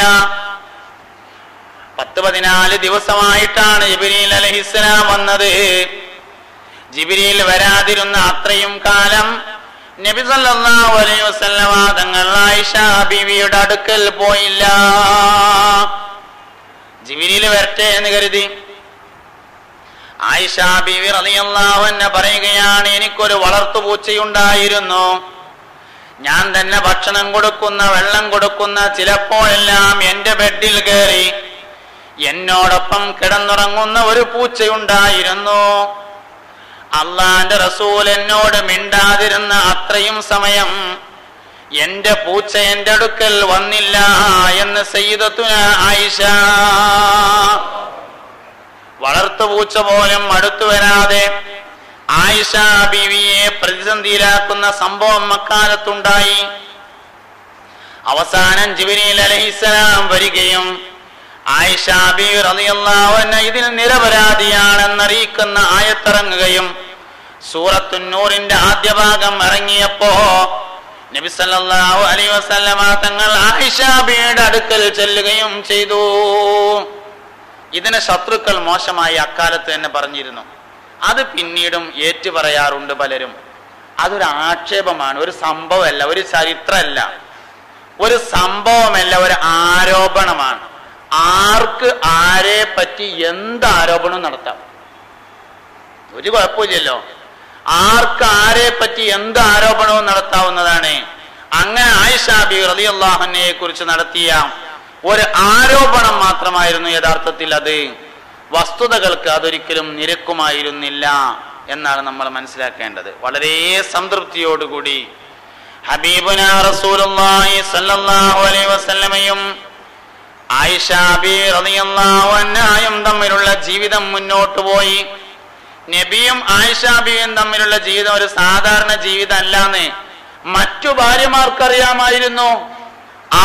അവർക്ക് അനുവദിക്കപ്പെട്ട ദിവസം നബി തങ്ങളോട്, നബിയെ നിങ്ങൾ ആയിഷാന്റെ അടുത്തേക്ക് പോയിക്കോളി എന്ന് പറയാറുണ്ടായിരുന്നു എന്നാണ് ചരിത്രത്തിൽ കാണാവുന്നത്. അള്ളാന്റെ റസൂലിന്റെ ജീവിതത്തിൽ നബി തങ്ങൾ വിവാഹം കഴിച്ച ഏക കന്യകയാണ് സയ്യിദത്തുനാ ആയിഷത്തു സിദ്ദീഖ റളിയല്ലാഹു അൻഹ. ഏക കന്യകയാണ്. ആയിഷ ബീവി വിവാഹം കഴിഞ്ഞതിന് ശേഷം നബി സല്ലല്ലാഹു അലൈഹി വസല്ലമ തങ്ങൾ വിവാഹം ചെയ്തതാണ് സൗദ ബീവി റളിയല്ലാഹു അൻഹയെ.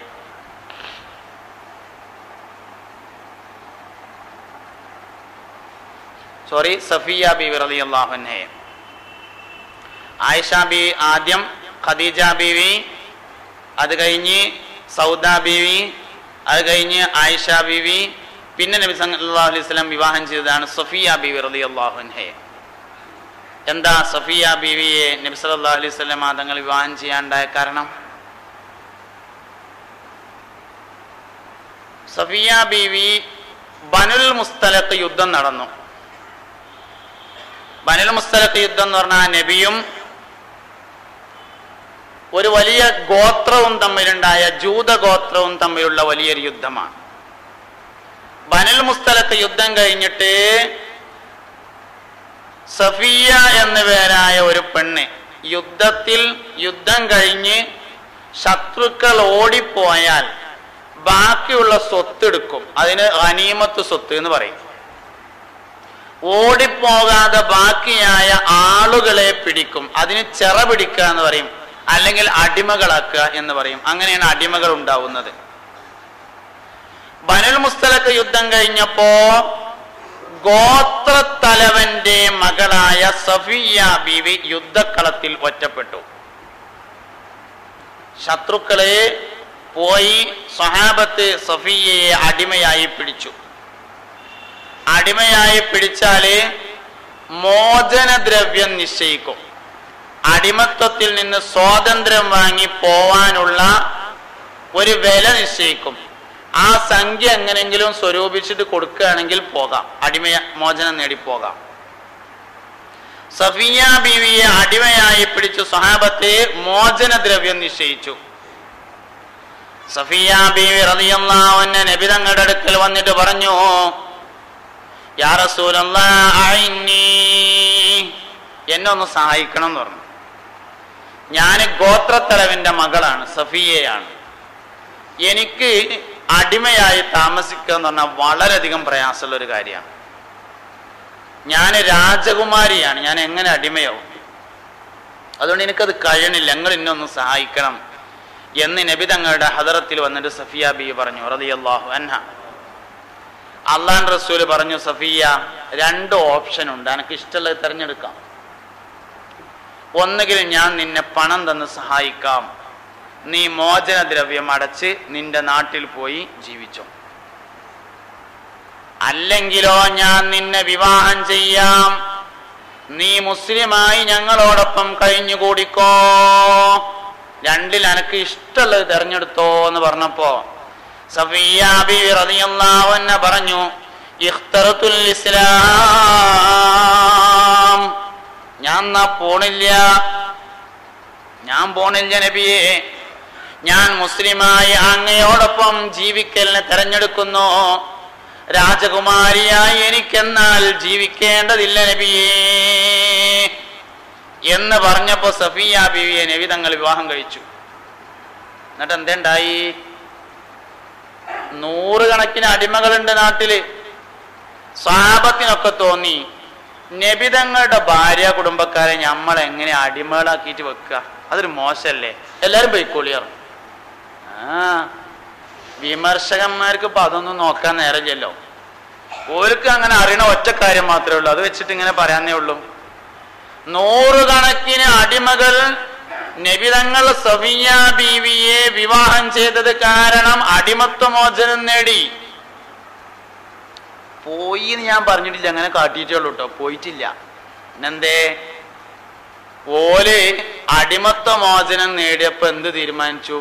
ഇങ്ങനെയാണെങ്കിൽ ഇപ്പൊ എന്തിനാ പോണത് എന്ന് തീരുമാനിച്ചു.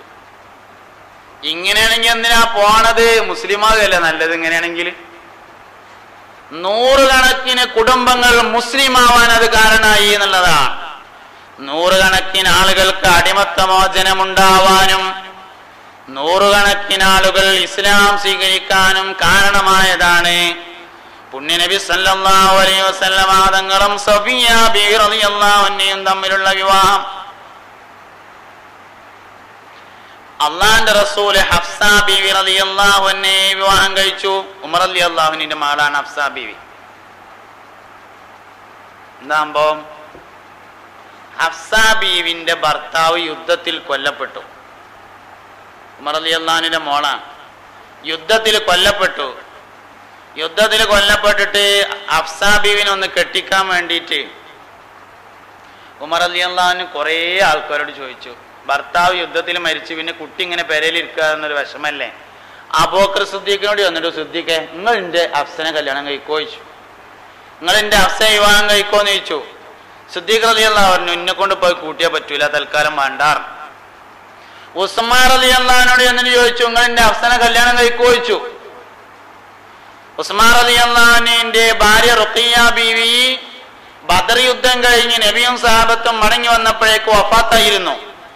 അതുകൊണ്ട് മൂപ്പർക്ക് റുഖിയ ബീവി വഫാത്തായ ടെൻഷൻ നിൽക്കുകയാണ്. ഉമർ റളിയല്ലാഹു അൻഹു എന്നിട്ട് ചോദിച്ചു, നിങ്ങളുടെ ഹഫ്സനെ കല്യാണം കഴിക്കോന്ന് ചോദിച്ചു. ഉസ്മാൻ റളിയല്ലാഹു അതിന് പറ്റുന്നും പറഞ്ഞില്ല, പറ്റൂല എന്നും പറഞ്ഞില്ല, ആന്നും പറഞ്ഞില്ല, വേണ്ടാന്നും പറഞ്ഞില്ല. നിരാശനായി ഉമർ റളിയല്ലാഹു അൻഹു മടങ്ങി നബിന്റെ അടുത്ത് വന്നു. നബിയെ, ഞാൻ അബൂബക്കർ സിദ്ദീഖിനോട് എന്റെ കുട്ടിനെ കെട്ടാൻ പറഞ്ഞിട്ട് സിദ്ദീഖ് റളിയല്ലാഹു അൻഹു എന്നെ കൊണ്ട് ഇപ്പൊ കൂട്ടിയാ പറ്റൂല പറഞ്ഞു. ഉസ്മാനോട് പറഞ്ഞു. ഉസ്മാനെ അതിന് കാമാന്ന് പറഞ്ഞില്ല. ഇങ്ങളെന്റെ കുട്ടിനെ കല്യാണം കഴിക്കോന്ന് ചോദിച്ചു ഹഫ്സനെ. നബി തങ്ങൾ പറഞ്ഞു, ഉമറേ, ഒരു പക്ഷേ നിന്റെ കുട്ടി ഹഫ്സാക്ക് ഉസ്മാനേക്കാൾ നല്ല ഭർത്താവിനെ കിട്ടിയേക്കാം. ഒരു പക്ഷേ ഉസ്മാൻ റളിയല്ലാഹു അൻഹുവിന് നിന്റെ മകൾ ഹഫ്സയേക്കാൾ നല്ല ഭാര്യയെയും കിട്ടിയേക്കാം. എന്തോ ഒരു പ്രതീക്ഷയുള്ള വർത്താനാണ് അത് എന്ന് ഉമർ റളിയല്ലാഹു അൻഹുവിന് മനസ്സിലായി. അതൊരു പ്രതീക്ഷയുള്ള വർത്താനാണ് എന്ന് മനസ്സിലായി. ഉമർ റളിയല്ലാഹു അൻഹു അതിന്റെ പിന്നാലെ തന്നെ കൂടി, തന്നെ കൂടി. നബിനോട് ഇങ്ങനെ ഇടക്കിടക്ക് ചോദിക്കും, നിങ്ങൾ എന്റെ മോൾ ഹഫ്സയെ കല്യാണം കഴിക്കോ? അവസാനം ഉമർ റളിയല്ലാഹു അൻഹുവിന്റെ പുത്രി ഹഫ്സ ബീവി റളിയല്ലാഹു അൻഹയെ നബി സല്ലല്ലാഹു അലൈഹി വസല്ലമ തങ്ങൾ വിവാഹം കഴിക്കുകയും ഉസ്മാൻ റളിയല്ലാഹു അൻഹുവിനെ തന്റെ മകളായ ഉമ്മു കുൽസൂം റളിയല്ലാഹു അൻഹയെ നബി തങ്ങൾ വിവാഹം കഴിച്ചു കൊടുക്കുകയും ചെയ്തു. അതാണ് ഉസ്മാൻ റളിയല്ലാഹു അൻഹുവിന് അതിനേക്കാൾ ഖൈറായത് കിട്ടുമെന്ന് പറഞ്ഞത്. ഹഫ്സാക്ക് അതിനേക്കാൾ ഖൈറായ ഭർത്താവിനെ കിട്ടുമെന്ന് പറഞ്ഞതും അതാണ്. ഹഫ്സ ബീവിയെ നബി തങ്ങൾ വിവാഹം കഴിച്ചു. ഉസ്മാൻ റളിയല്ലാഹു അൻഹുവിനെ ഉമ്മു കുൽസൂമിനെ നബി തങ്ങൾ വിവാഹം കഴിച്ചു കൊടുക്കുകയും ചെയ്തു. എന്താ അവിടെ സംഭവിക്കണേ? ഇവിടെ ശ്രദ്ധിക്കുക. നിങ്ങൾ ശ്രദ്ധ പോകണ്ടോന്നാവോ?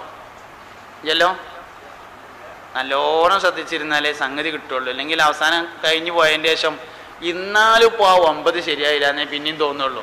അതുകൊണ്ട് നല്ലോണം ശ്രദ്ധിച്ച് ഇവിടെ തന്നെ ഇരിക്കുക. ഇവിടെ എന്താ സംഭവിക്കണത്? ഇവിടെ സംഭവിക്കുന്നത്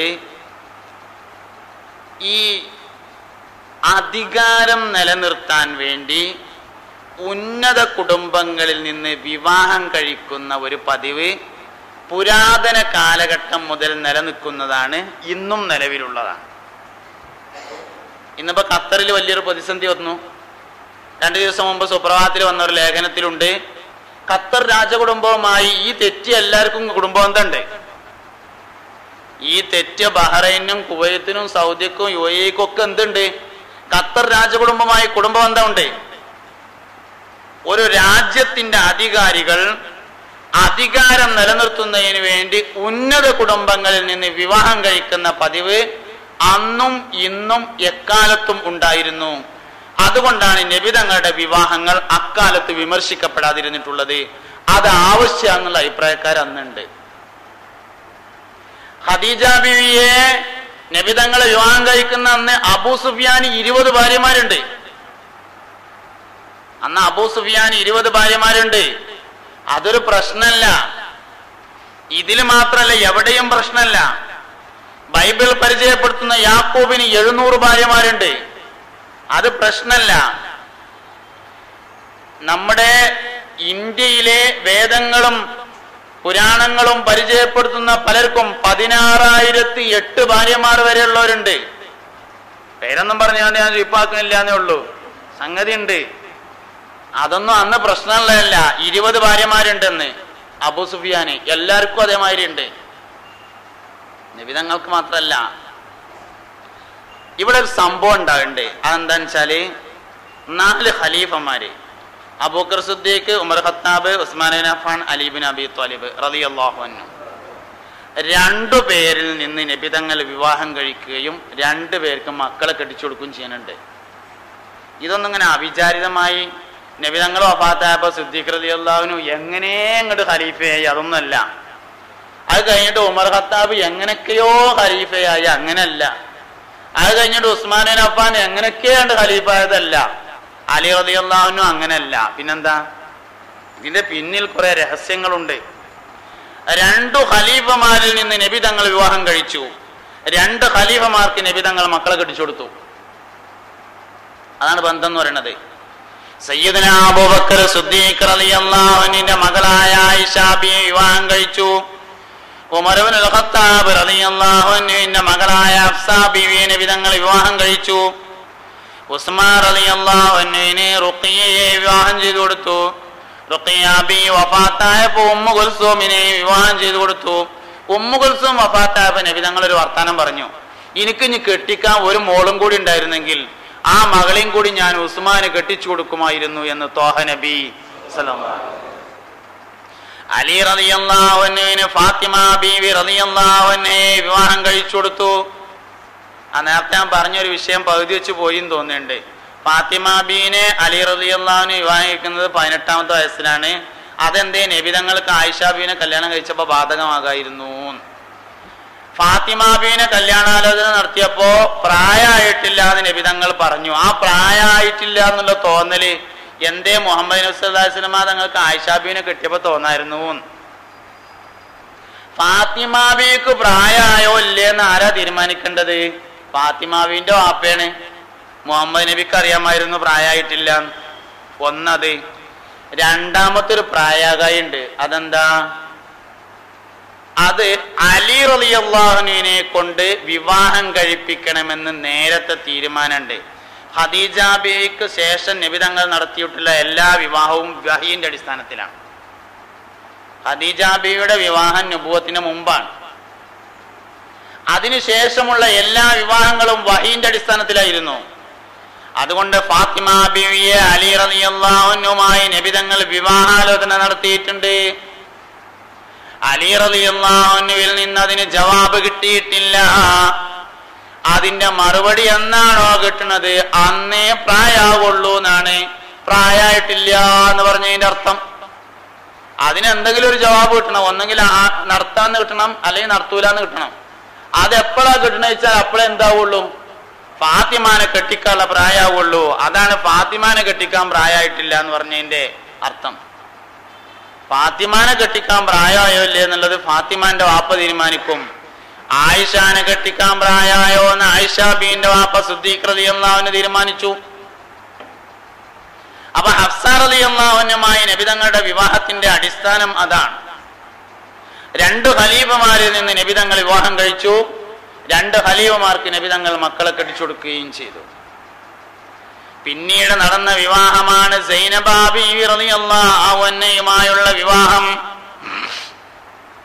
നബി തങ്ങളും സൈനബ ബീവിയും തമ്മിൽ വിവാഹം നടന്നു. സൈനബ ബീവി നബി തങ്ങളുടെ അമ്മായിന്റെ മകളാണ്.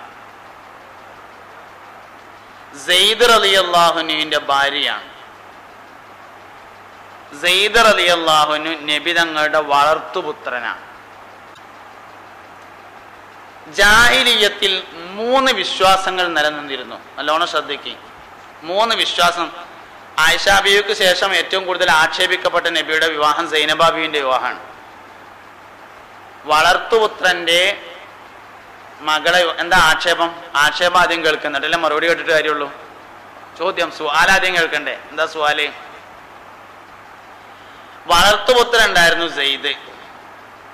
സൈനബാനെ അമ്മായിന്റെ മോളെ പറഞ്ഞു നിർബന്ധിച്ചിങ്ങാണ്ട് സെയ്ദിനെ കൊണ്ട് കല്യാണം കഴിപ്പിച്ചു. അങ്ങനെ ഒരു ദിവസം അമ്മായിന്റെ അടുക്ക് വിരുന്നു പോയപ്പോ കാലുമെന്ന് തുണി ഇങ്ങനെ പോയി. അപ്പൊ സൈനബാന്റെ സൗന്ദര്യം മുഹമ്മദ് മനസ്സിലാക്കി സല്ലല്ലാഹു അലൈഹി വസല്ലം. അപ്പൊ സെയ്ദിനെ കൊണ്ട് ഭാര്യനെ വിവാഹമോചനം നടത്തിച്ചിട്ട് മുഹമ്മദിനെ കല്യാണം കഴിച്ചു എന്നാണ് ആക്ഷേപം. അതാണ് സൈനബ ബീവിയുമായി വിവാഹത്തിലുള്ള ആക്ഷേപം. എന്താണ് സംഭവം? ഈ സംഭവം നമ്മൾ വിശദമായി മനസ്സിലാക്കേണ്ട ഒരു കാര്യമാണ്. സെയ്ദ് 3 വിശ്വാസങ്ങൾ അന്ന് നിലവിലുണ്ട്. 1, സ്വന്തം മക്കളെ സ്വന്തം തെരഞ്ഞെടുക്കുന്ന വിശ്വാസം. നല്ലൊരു ചെറുപ്പക്കാരൻ കുട്ടിനെ കണ്ടാൽ പോരടാ എന്ന് പറഞ്ഞ് കൊണ്ടുപോയിട്ട് ഓന് ഭക്ഷണം കൊടുത്ത് ഇന്ന് മുതൽ എൻ്റെ കുട്ടിയാട്ടോ എന്ന് പറയാം. അങ്ങനെ മക്കളെ തെരഞ്ഞെടുക്കുക. വളർത്തുപുത്രനാക്കുന്ന സമീപന രീതി. വളർത്തുപുത്രൻ എന്ന രീതി ഇന്നുണ്ട്. പക്ഷെ ഇതേ രീതിയിലല്ല അന്നുള്ളത്. വളർത്തുപുത്രൻ എന്ന് പറഞ്ഞാൽ എല്ലാ നിലക്കും മകൻ തന്നെയാണ്. സ്വത്തിൽ അനന്തരണ്ട്, തൊട്ട ഒതുമുറിയില്ല, കാണുന്നതിന് കുഴപ്പമില്ല.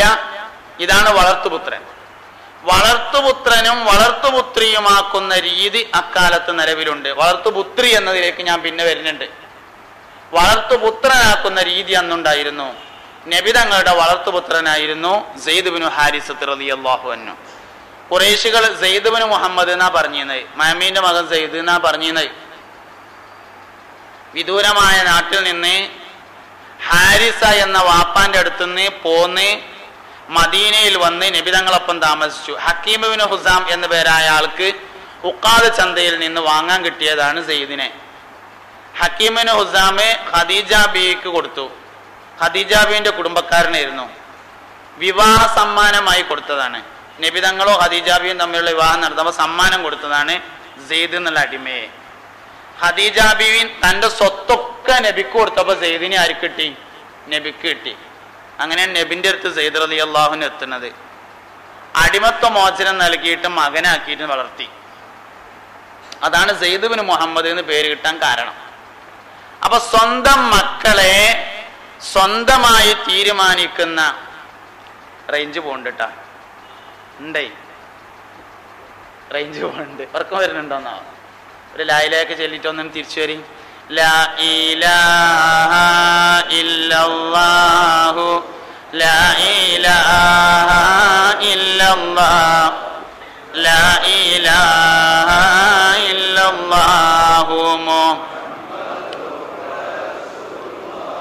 അൻത ഉമ്മുൻ അം അബു മാ റഅയ്നാ ഫീഹിമാ മിസ്ല ഹുസൈനിക ഖത്തു യാ സയ്യിദി ഖൈറൻ നബി ലാ ഇലാഹ ഇല്ലല്ലാഹു ലാ ഇലാഹ ഇല്ലല്ലാഹ് ലാ ഇലാഹ ഇല്ലല്ലാഹ് മുഹമ്മദുർ റസൂലുള്ളാഹ്.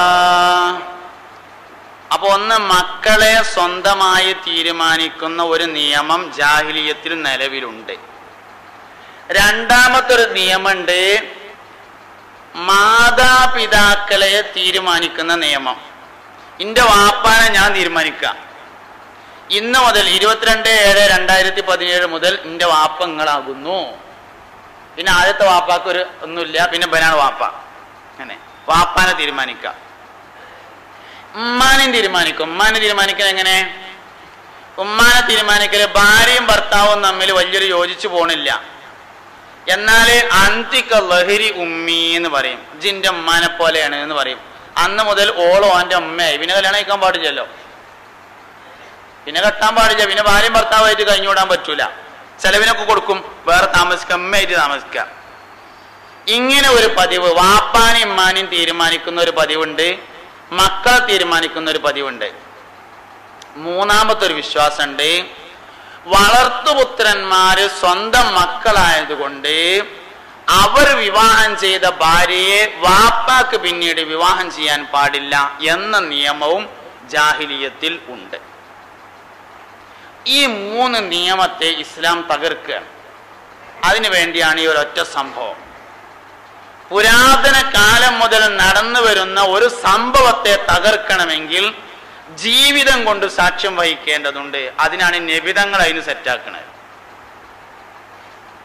വെറുതെ ഒരു തത്വം പറഞ്ഞാൽ പോരല്ലോ, പ്രയോഗത്തിൽ കാണിക്കണ്ടേ. ഇസ്ലാമിന്റെ എല്ലാ തത്വങ്ങളും നബിതങ്ങൾ പ്രയോഗത്തിൽ കാണിക്കുകയാണ് ചെയ്യുന്നത്. ആയിഷ ബിയോട് ചോദിച്ചു, എന്തായിരുന്നു നബിയുടെ സ്വഭാവം? കാന ഖുലുഖുൽ ഖുർആൻ, നബിതങ്ങളുടെ സ്വഭാവം ഖുർആനായിരുന്നു എന്ന് ആയിഷത്തു സിദ്ദീഖ റളിയല്ലാഹു അൻഹ പറഞ്ഞിട്ടുണ്ട്. അതുകൊണ്ട് മൂന്ന് നിയമങ്ങളെ ഇസ്ലാം തകർക്കുന്നുണ്ട്. ആ മൂന്ന് നിയമങ്ങളെ പ്രയോഗത്തിൽ കൊണ്ടുവരികയാണ് നബി സല്ലല്ലാഹു അലൈഹി വസല്ലമ തങ്ങളിലൂടെ ചെയ്യുന്നത്.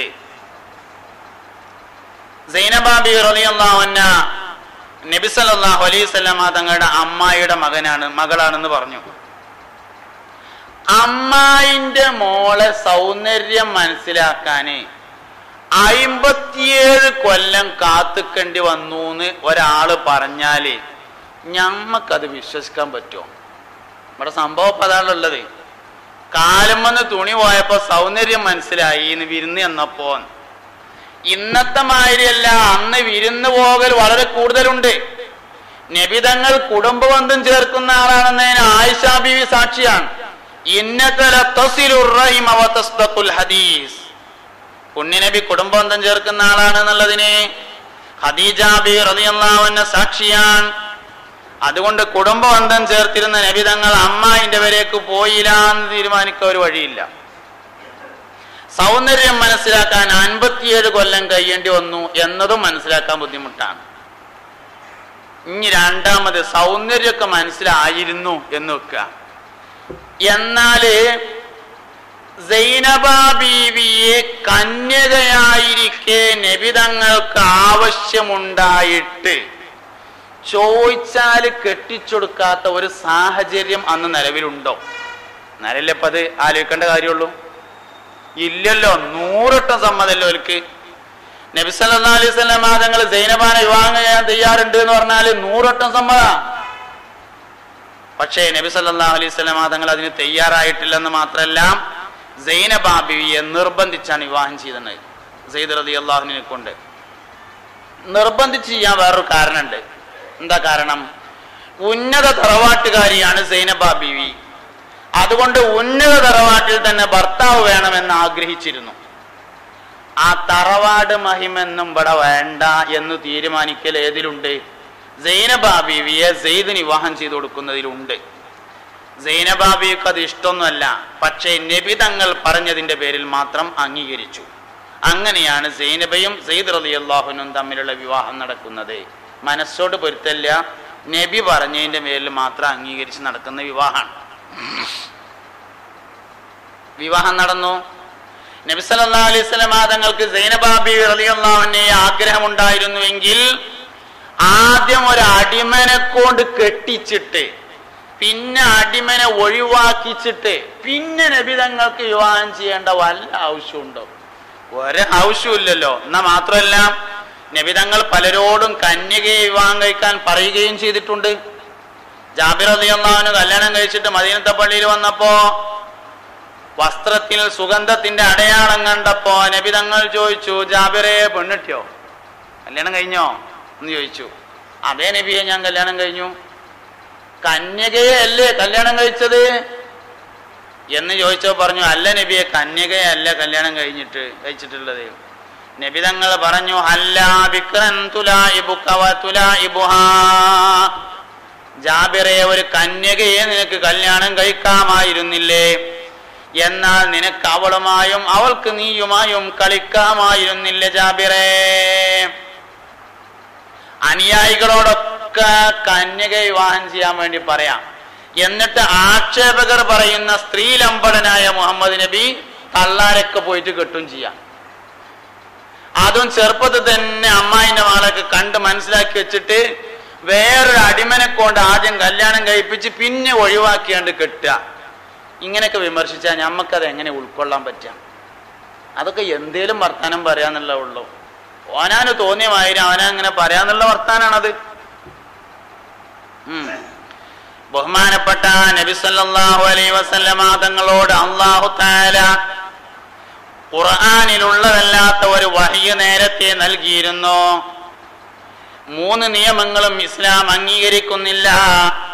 1 മക്കളെ കാണുന്ന നിയമവും, 2 മാതാപിതാക്കളെ നിശ്ചയിക്കുന്ന നിയമവും, 3 വളർത്തുപുത്രന്റെ ഭാര്യയെ യജമാനന് വിവാഹം ചെയ്യാൻ പാടില്ല എന്ന നിയമവും ഇസ്ലാമിലില്ല നബിയെ.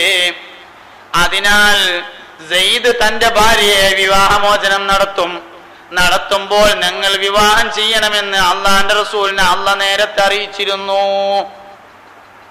പക്ഷേ സാമൂഹികമായ ഒരു ക്രമത്തിന് എതിരായതുകൊണ്ട് നബി തങ്ങൾക്ക് മനസ്സിൽ അതങ്ങട്ട് ആരോടും പറയാതെ മനസ്സിൽ വെച്ചു. സമയമാവുമ്പോ എന്തേലൊക്കെ കാട്ടാം എന്ന് തീരുമാനിച്ചു. കാരണം എന്താ? മക്കളുടെ ഭാര്യനെ വിവാഹമോചനം നടത്തിയിട്ട് വാപ്പ വിവാഹം ചെയ്യുന്നത് പോലെയാണ് അക്കാലത്ത് വളർത്തുപുത്രനായ സെയ്ദ് എന്ന അടിമയുടെ ഭാര്യയെ വിവാഹമോചനം നടത്തിയിട്ട് നബി തങ്ങൾ വിവാഹം ചെയ്യുന്നതിനെ കണ്ടിരുന്നത്. അതുകൊണ്ട് മനസ്സിലൊരു പ്രയാസം, സമയമാവുമ്പോ കാണാന്ന് കരുതിയിട്ട് നമുക്ക് എന്താ വെച്ചാൽ ചെയ്യാന്ന് കരുതി മനസ്സിൽ വെച്ചിരുന്നു. അല്ലാഹു തആല ഖുർആനിലൂടെ വഹ്യറിയിച്ചു, ഫലമ്മാ ഖളാ സൈദും മിന്നാ വതറൻ സവ്വജ്നാകഹാ തുടങ്ങിയ ആയത്തുകൾ ഇറങ്ങി. ആ ആയത്തിൽ പറയുന്നുണ്ട്, നബിയെ, നിങ്ങളുടെ കൽബിൽ നിങ്ങൾ ഒളിപ്പിച്ചു വെച്ചതിനെ അള്ളാഹു മനസ്സിലാക്കുന്നുണ്ട്. സെയ്ദ് തന്റെ ഭാര്യയെ വിവാഹമോചനം നടത്തിയാൽ നിങ്ങൾ സൈനബയെ വിവാഹം ചെയ്യേണ്ടതാണ് നബിയേ. അവിടെ വിമർശകന്മാരെന്ത് ചോദിച്ചാൽ ചെറിയൊരു കള്ളക്കളി നടത്തി. എന്താ കള്ളക്കളി? നബിയെ നിങ്ങളുടെ കൽബിൽ ഒളിപ്പിച്ചു വെച്ചതിനെ അള്ളാഹു അറിയുന്നുണ്ട്, അള്ളാഹ് പരസ്യമാക്കാൻ പോവുകയാണ്. എന്താ സംഭവം? നേരത്തെ സൈനബയെ വിവാഹമോചനം നടത്തുമെന്നും അപ്പോൾ നിങ്ങൾ വിവാഹം ചെയ്യേണ്ടി വരുമെന്നും വളർത്തുപുത്രന്റെ ഭാര്യയെ വിവാഹം ചെയ്യാൻ പാടില്ലെന്ന നിയമം ജാഹിലിയത്താണ്, അത് ഇസ്ലാം തകർക്കുമെന്നും നബിതങ്ങളെ നേരത്തെ അള്ളാഹു അറിയിച്ചിരുന്ന വഹിയിനെ നബിതങ്ങൾ ആരോടും പറഞ്ഞിട്ടുണ്ടായിരുന്നില്ല. അതിതാ ഖുർആൻ പരസ്യമാക്കാൻ പോവുകയാണ് എന്നാണ് ആയത്തിലുള്ളത്. വിമർശകന്മാരെന്ത് ചെയ്തു? അത് പണ്ട് കാലമെന്ന് തുണി പോയപ്പോ കണ്ടേക്കിന് മുഹമ്മദിന്റെ കൽബിൽ ഉണ്ടായിരുന്നു സൈനബാനെ കിട്ടിയ തിരക്കടില്ല എന്ന്. പക്ഷെ അള്ളാഹ് അതാണ്ട് പരസ്യമാക്കാൻ പോവുകയാണ് എന്നാണ് ഈ ആയത്തിന്റെ മായന എന്ന് വിമർശകന്മാർ അർത്ഥം പറഞ്ഞു. അങ്ങനെ പുണ്യനബി സല്ലല്ലാഹു അലൈഹി വസല്ലമയെ അവർ ആക്ഷേപിച്ചു. വാസ്തവത്തിൽ സൈനബ ബിവി റളിയല്ലാഹു അൻഹയെ നബി സല്ലല്ലാഹു അലൈഹി വസല്ലമ തങ്ങൾ വിവാഹം ചെയ്യുന്നതിലൂടെ സംഭവിച്ചിട്ടുള്ളത് ഈ കാര്യമാണ് എന്ന് മനസ്സിലാക്കാൻ വേണ്ടി നമുക്ക് പറ്റും. ഉമ്മു സലമ ബീവി റളിയല്ലാഹു അൻഹയെ നബി തങ്ങൾ വിവാഹം കഴിച്ചു. ഉമ്മു സലമ ബീവി ആരാ? ഉമ്മു സലമ ബീവി അബൂ സുഫിയാന്റെ ഭാര്യ മകളാണ്.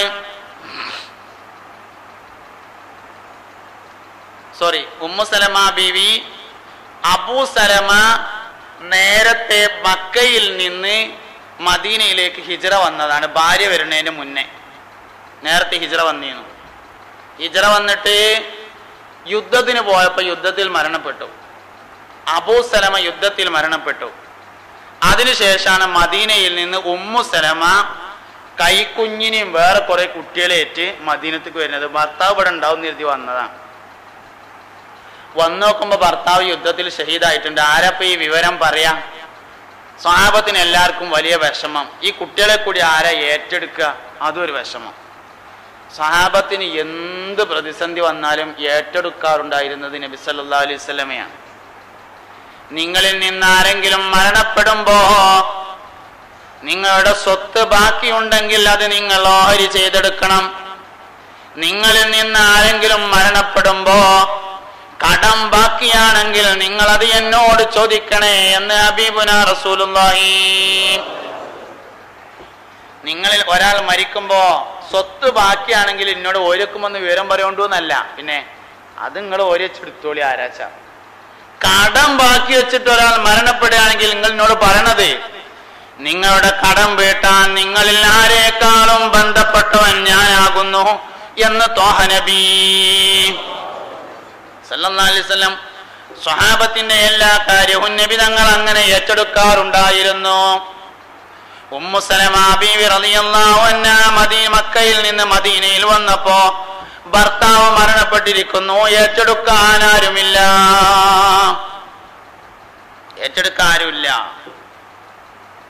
അപ്പൊ നബി തങ്ങൾ പറഞ്ഞു, ഞാൻ ഏറ്റെടുത്തോളാം എന്ന് പറഞ്ഞു.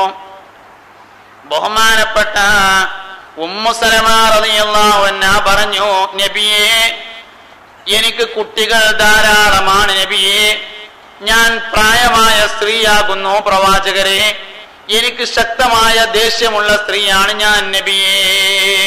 3 കാര്യം പറഞ്ഞു. ഒന്ന്, എനിക്ക് വയസ്സ് കൂടുതലാണ് എന്ന് പറഞ്ഞാൽ വിമർശകൻ പറഞ്ഞ പരിപാടിക്ക് പറ്റിയതല്ല. എനിക്ക് വയസ്സ് കൂടുതലാണ്. 36 തന്നെ പറഞ്ഞിട്ടുണ്ട്. ഉമ്മു സലമ ബിവി എന്നെ പറയാണ് എനിക്ക് പ്രായം കൂടുതലാണ്. 2, എനിക്ക് മക്കൾ കൂടുതലാണ് നബിയേ. 3-മതായി എനിക്ക് ദേഷ്യം കൂടുതലാണ് നബിയേ. നിങ്ങൾ കല്യാണം കഴിച്ചാൽ നിങ്ങളും കൂടിയും കുടുങ്ങൂലേ, ഞാൻ അങ്ങോട്ട് തന്നെ പോയിക്കോളാന്നർത്ഥം. നബി തങ്ങൾ പറഞ്ഞു, പോണ്ട, നിനക്ക് പ്രായം കൂടുതലാണ് എന്നത് എനിക്ക് പ്രശ്നമല്ല. പ്രായം കുറയേണ്ട ആവശ്യത്തിനല്ല ഞാൻ കല്യാണം കഴിക്കണേന്ന് അർത്ഥം. നിനക്ക് പ്രായം കൂടുതലാണ് എന്നത് എനിക്ക് പ്രശ്നമല്ല. നിനക്ക് മക്കൾ കൂടുതലാണ് എന്നത് എനിക്ക് പ്രശ്നമല്ല. നിന്റെ മക്കൾ എന്റെ മക്കളാകുന്നു, ഞാൻ നോക്കിക്കോളാം.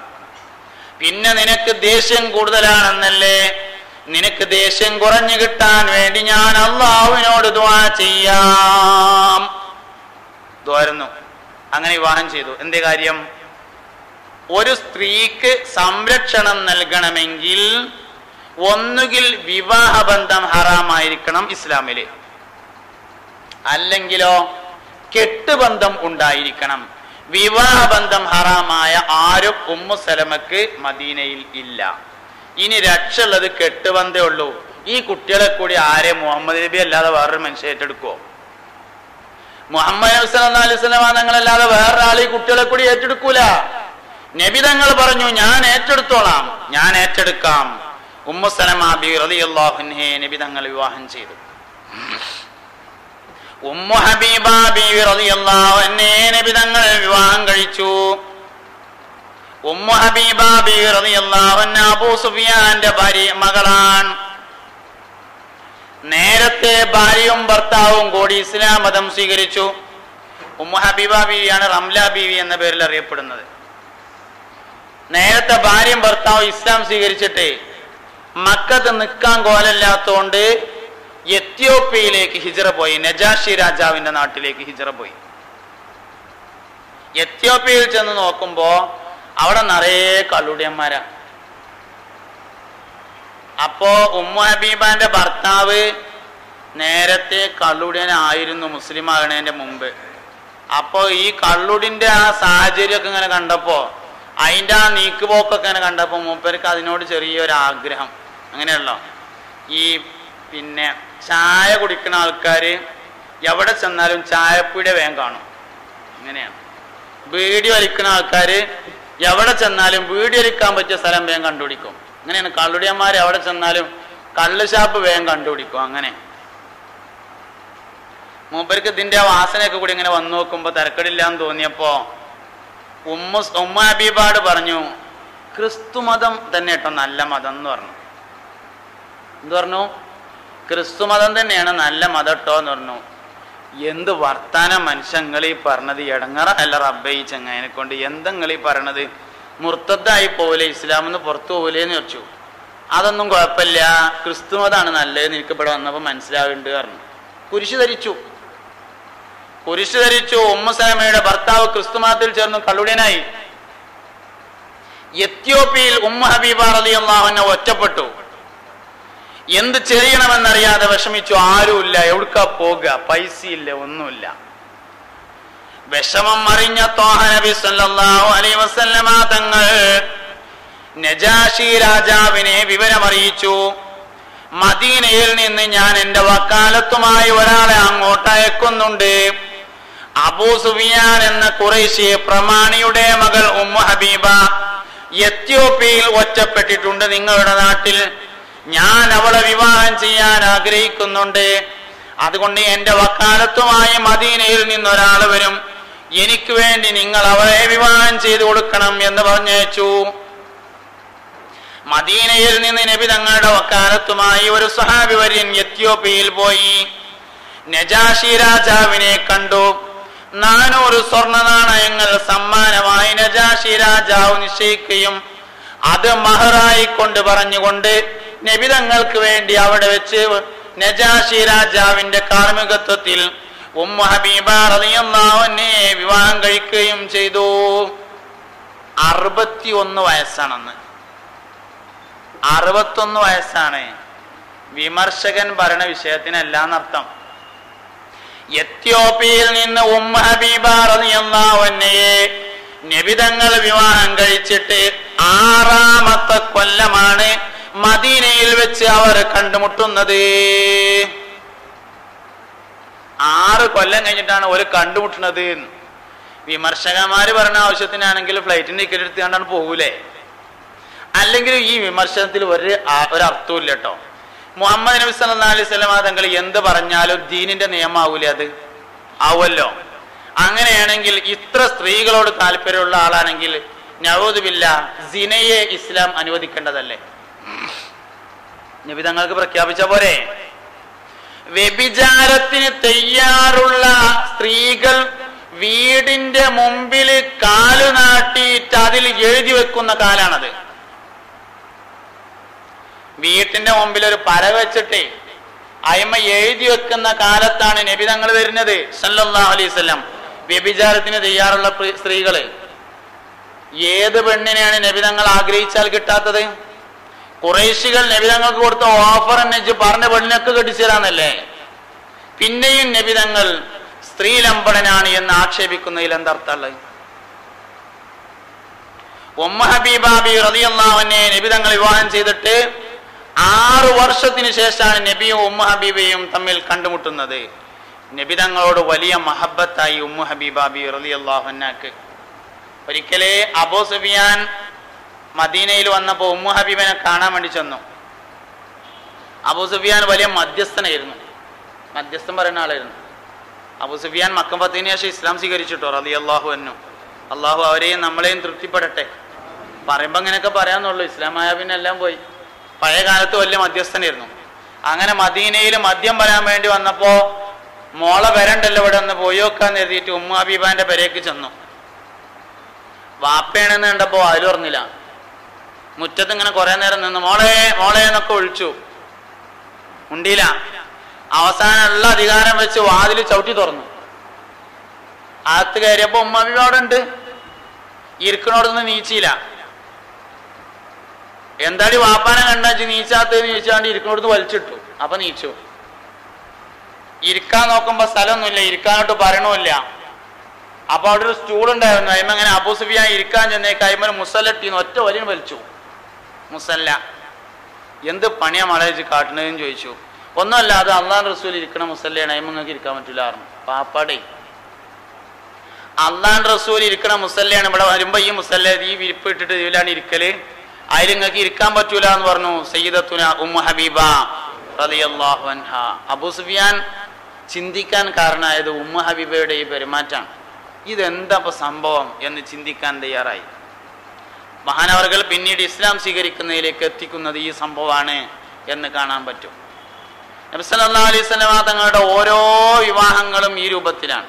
ഓരോ വിവാഹങ്ങളും ഈ തരത്തിൽ നടക്കുകയാണ്. ജുവൈരിയ ബിവി റളിയല്ലാഹു അൻഹയെ നബി സല്ലല്ലാഹു അലൈഹി വസല്ലം വിവാഹം ചെയ്തു.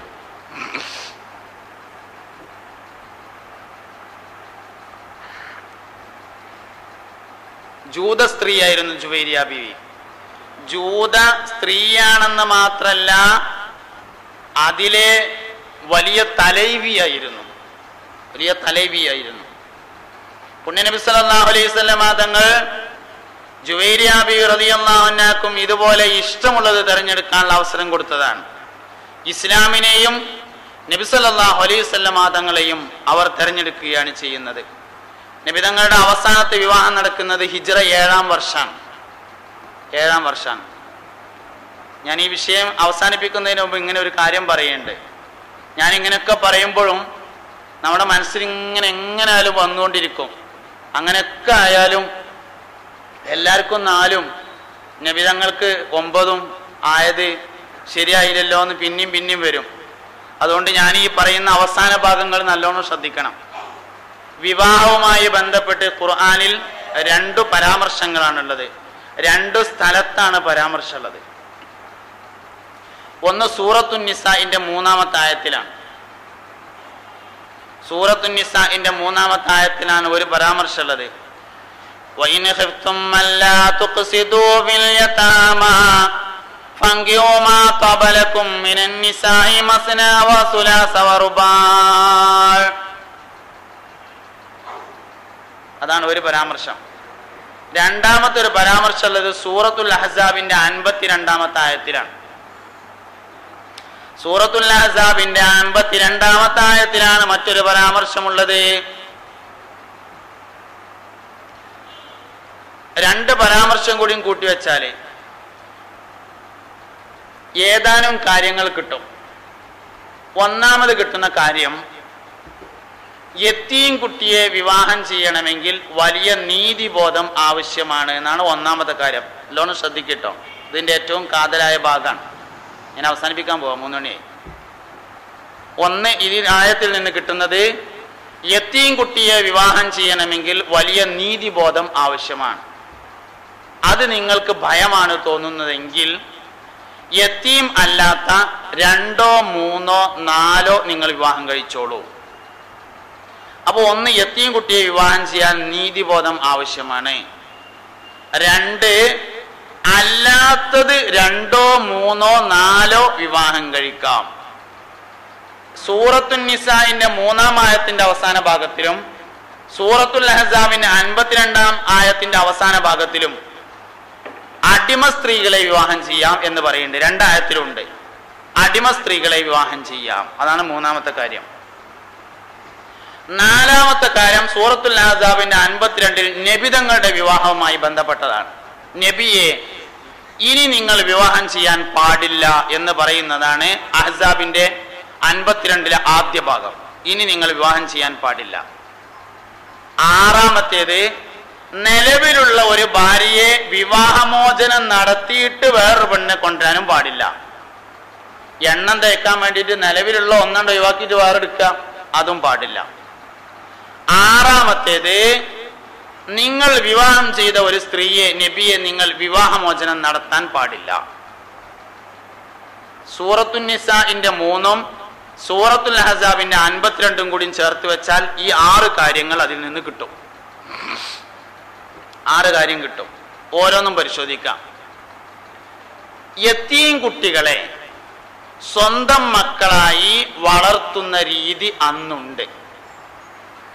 അതാണ് നേരത്തെ പറഞ്ഞ പെൺകുട്ടികളെ തീരുമാനിക്കുക എന്ന് പറഞ്ഞ വിഷയം. ജിന്റെ പെൺകുട്ടിയാണെന്ന് തീരുമാനിക്കുക. യത്തീം കുട്ടികളെ അന്ന് യത്തീം കുട്ടികൾ ഒരുപാടുണ്ടാവും. കാരണം കുടുംബങ്ങൾ തമ്മിൽ സംഘട്ടനങ്ങളും കലഹങ്ങളും ഉള്ള കാലഘട്ടമാണ് അന്ന്. യത്തീം കുട്ടികൾ ഉണ്ടാവും. യത്തീം കുട്ടികൾ തോനുണ്ട്, യത്തീങ്കാന കുറവാണ്. അങ്ങനെയാണ് അന്ന്. ഇന്ന് യത്തീങ്കാന കൂടുതലാണ്, യത്തീം കുട്ടികൾ കുറവാണ്. അങ്ങനെയാണ്. അന്ന് യത്തീം കുട്ടികൾ ഒരുപാടുണ്ട്, യത്തീങ്കാന കുറവാണ്. അപ്പൊ യത്തീങ്കാന എന്ന് പറഞ്ഞത് ഈ മനുഷ്യന്മാരൊക്കെ തന്നെയാണ്. ഓലിങ്ങനെ യത്തീം കുട്ടികളെ കൊണ്ടുവരും, മര്യാദക്ക് തിന്നാനും കൂടിയും കൊടുക്കാതെ നോക്കി വളർത്തും. പ്രായം തികഞ്ഞ് അത്യാവശ്യമൊക്കെ ഇങ്ങോട്ട് ആയി എന്ന് തോന്നിയാല് മഹർ പോലും നൽകാതെ യജമാനൻ വിവാഹം കഴിക്കും. ഇത് അന്നുണ്ടായിരുന്നൊരു നിയമമാണ്. അതാണ് സൂറത്തുൻ നിസാഇന്റെ 1-ാം ഭാഗം. ഈ പണി പറ്റൂല. അല്ലാത്തത് 2 കെട്ടിക്കോളി, എന്നാലും ഈ പണി ചെയ്യരുത്. അതാണ് വഇൻ ഖിഫ്തും അല്ലാ തഅദിലു വഇൻ ഖിഫ്തും അല്ലാ തുഖ്സിതു ഫിൽ യതാമ ഫൻകിഹു മാ ഖബലകും മിനൻ നിസായി മസ്ന വസുലാസ വറുബാ എന്ന് പറഞ്ഞത്. ഈ ഏർപ്പാട് പറ്റൂല. യത്തീം കുട്ടിനെ കല്യാണം കഴിക്കണോ നല്ലോണം ചെലവിന് കൊടുക്കാൻ തയ്യാറുള്ളവനായിരിക്കണം. ഇല്ലെങ്കിൽ അല്ലാത്ത നിങ്ങൾ 2 കെട്ടിക്കോളി. എന്താ കാരണം? ഓൾക്ക് കുറച്ചൊക്കെ പൈസ ഉണ്ടാവും, ഓരോ അപ്പൻ്റെ അടുത്തും ഉണ്ടാവും, അതുകൊണ്ട് കെട്ടിക്കോളി. എന്നാലും യത്തീം കുട്ടിനെ ഈ പണി ചെയ്യരുത്. 3 ഇക്കോളി എന്നാലും കുഴപ്പമില്ല, 4 ഇക്കോളി എന്നാലും കുഴപ്പമില്ല. എന്നാലും എന്ത് ചെയ്യരുത്? യത്തീം കുട്ടിനെ ഇയാതി പണി ചെയ്യരുത് എന്നാണ് ആയത്ത്. അതിലാണ് 2-ാം കാര്യമായ 2, 3, 4 എന്നിവ വരുന്നത്. 2 വിവാഹം ചെയ്യാം, 3 വിവാഹം ചെയ്യാം, 4 വിവാഹം ചെയ്യാം എന്ന് വരുന്നത് അതാണ്. ഇവിടെ എന്താ യഥാർത്ഥത്തിൽ സംഭവിച്ചത്? ഈ ആയത്തിറങ്ങുന്ന സമയത്ത് സൂറത്തുൽ അഹ്സാബിന്റെ 52 ഹിജ്റ 7-ാം വർഷം നബി തങ്ങളുടെ അവസാനത്തെ വിവാഹത്തിന് ശേഷമാണ്.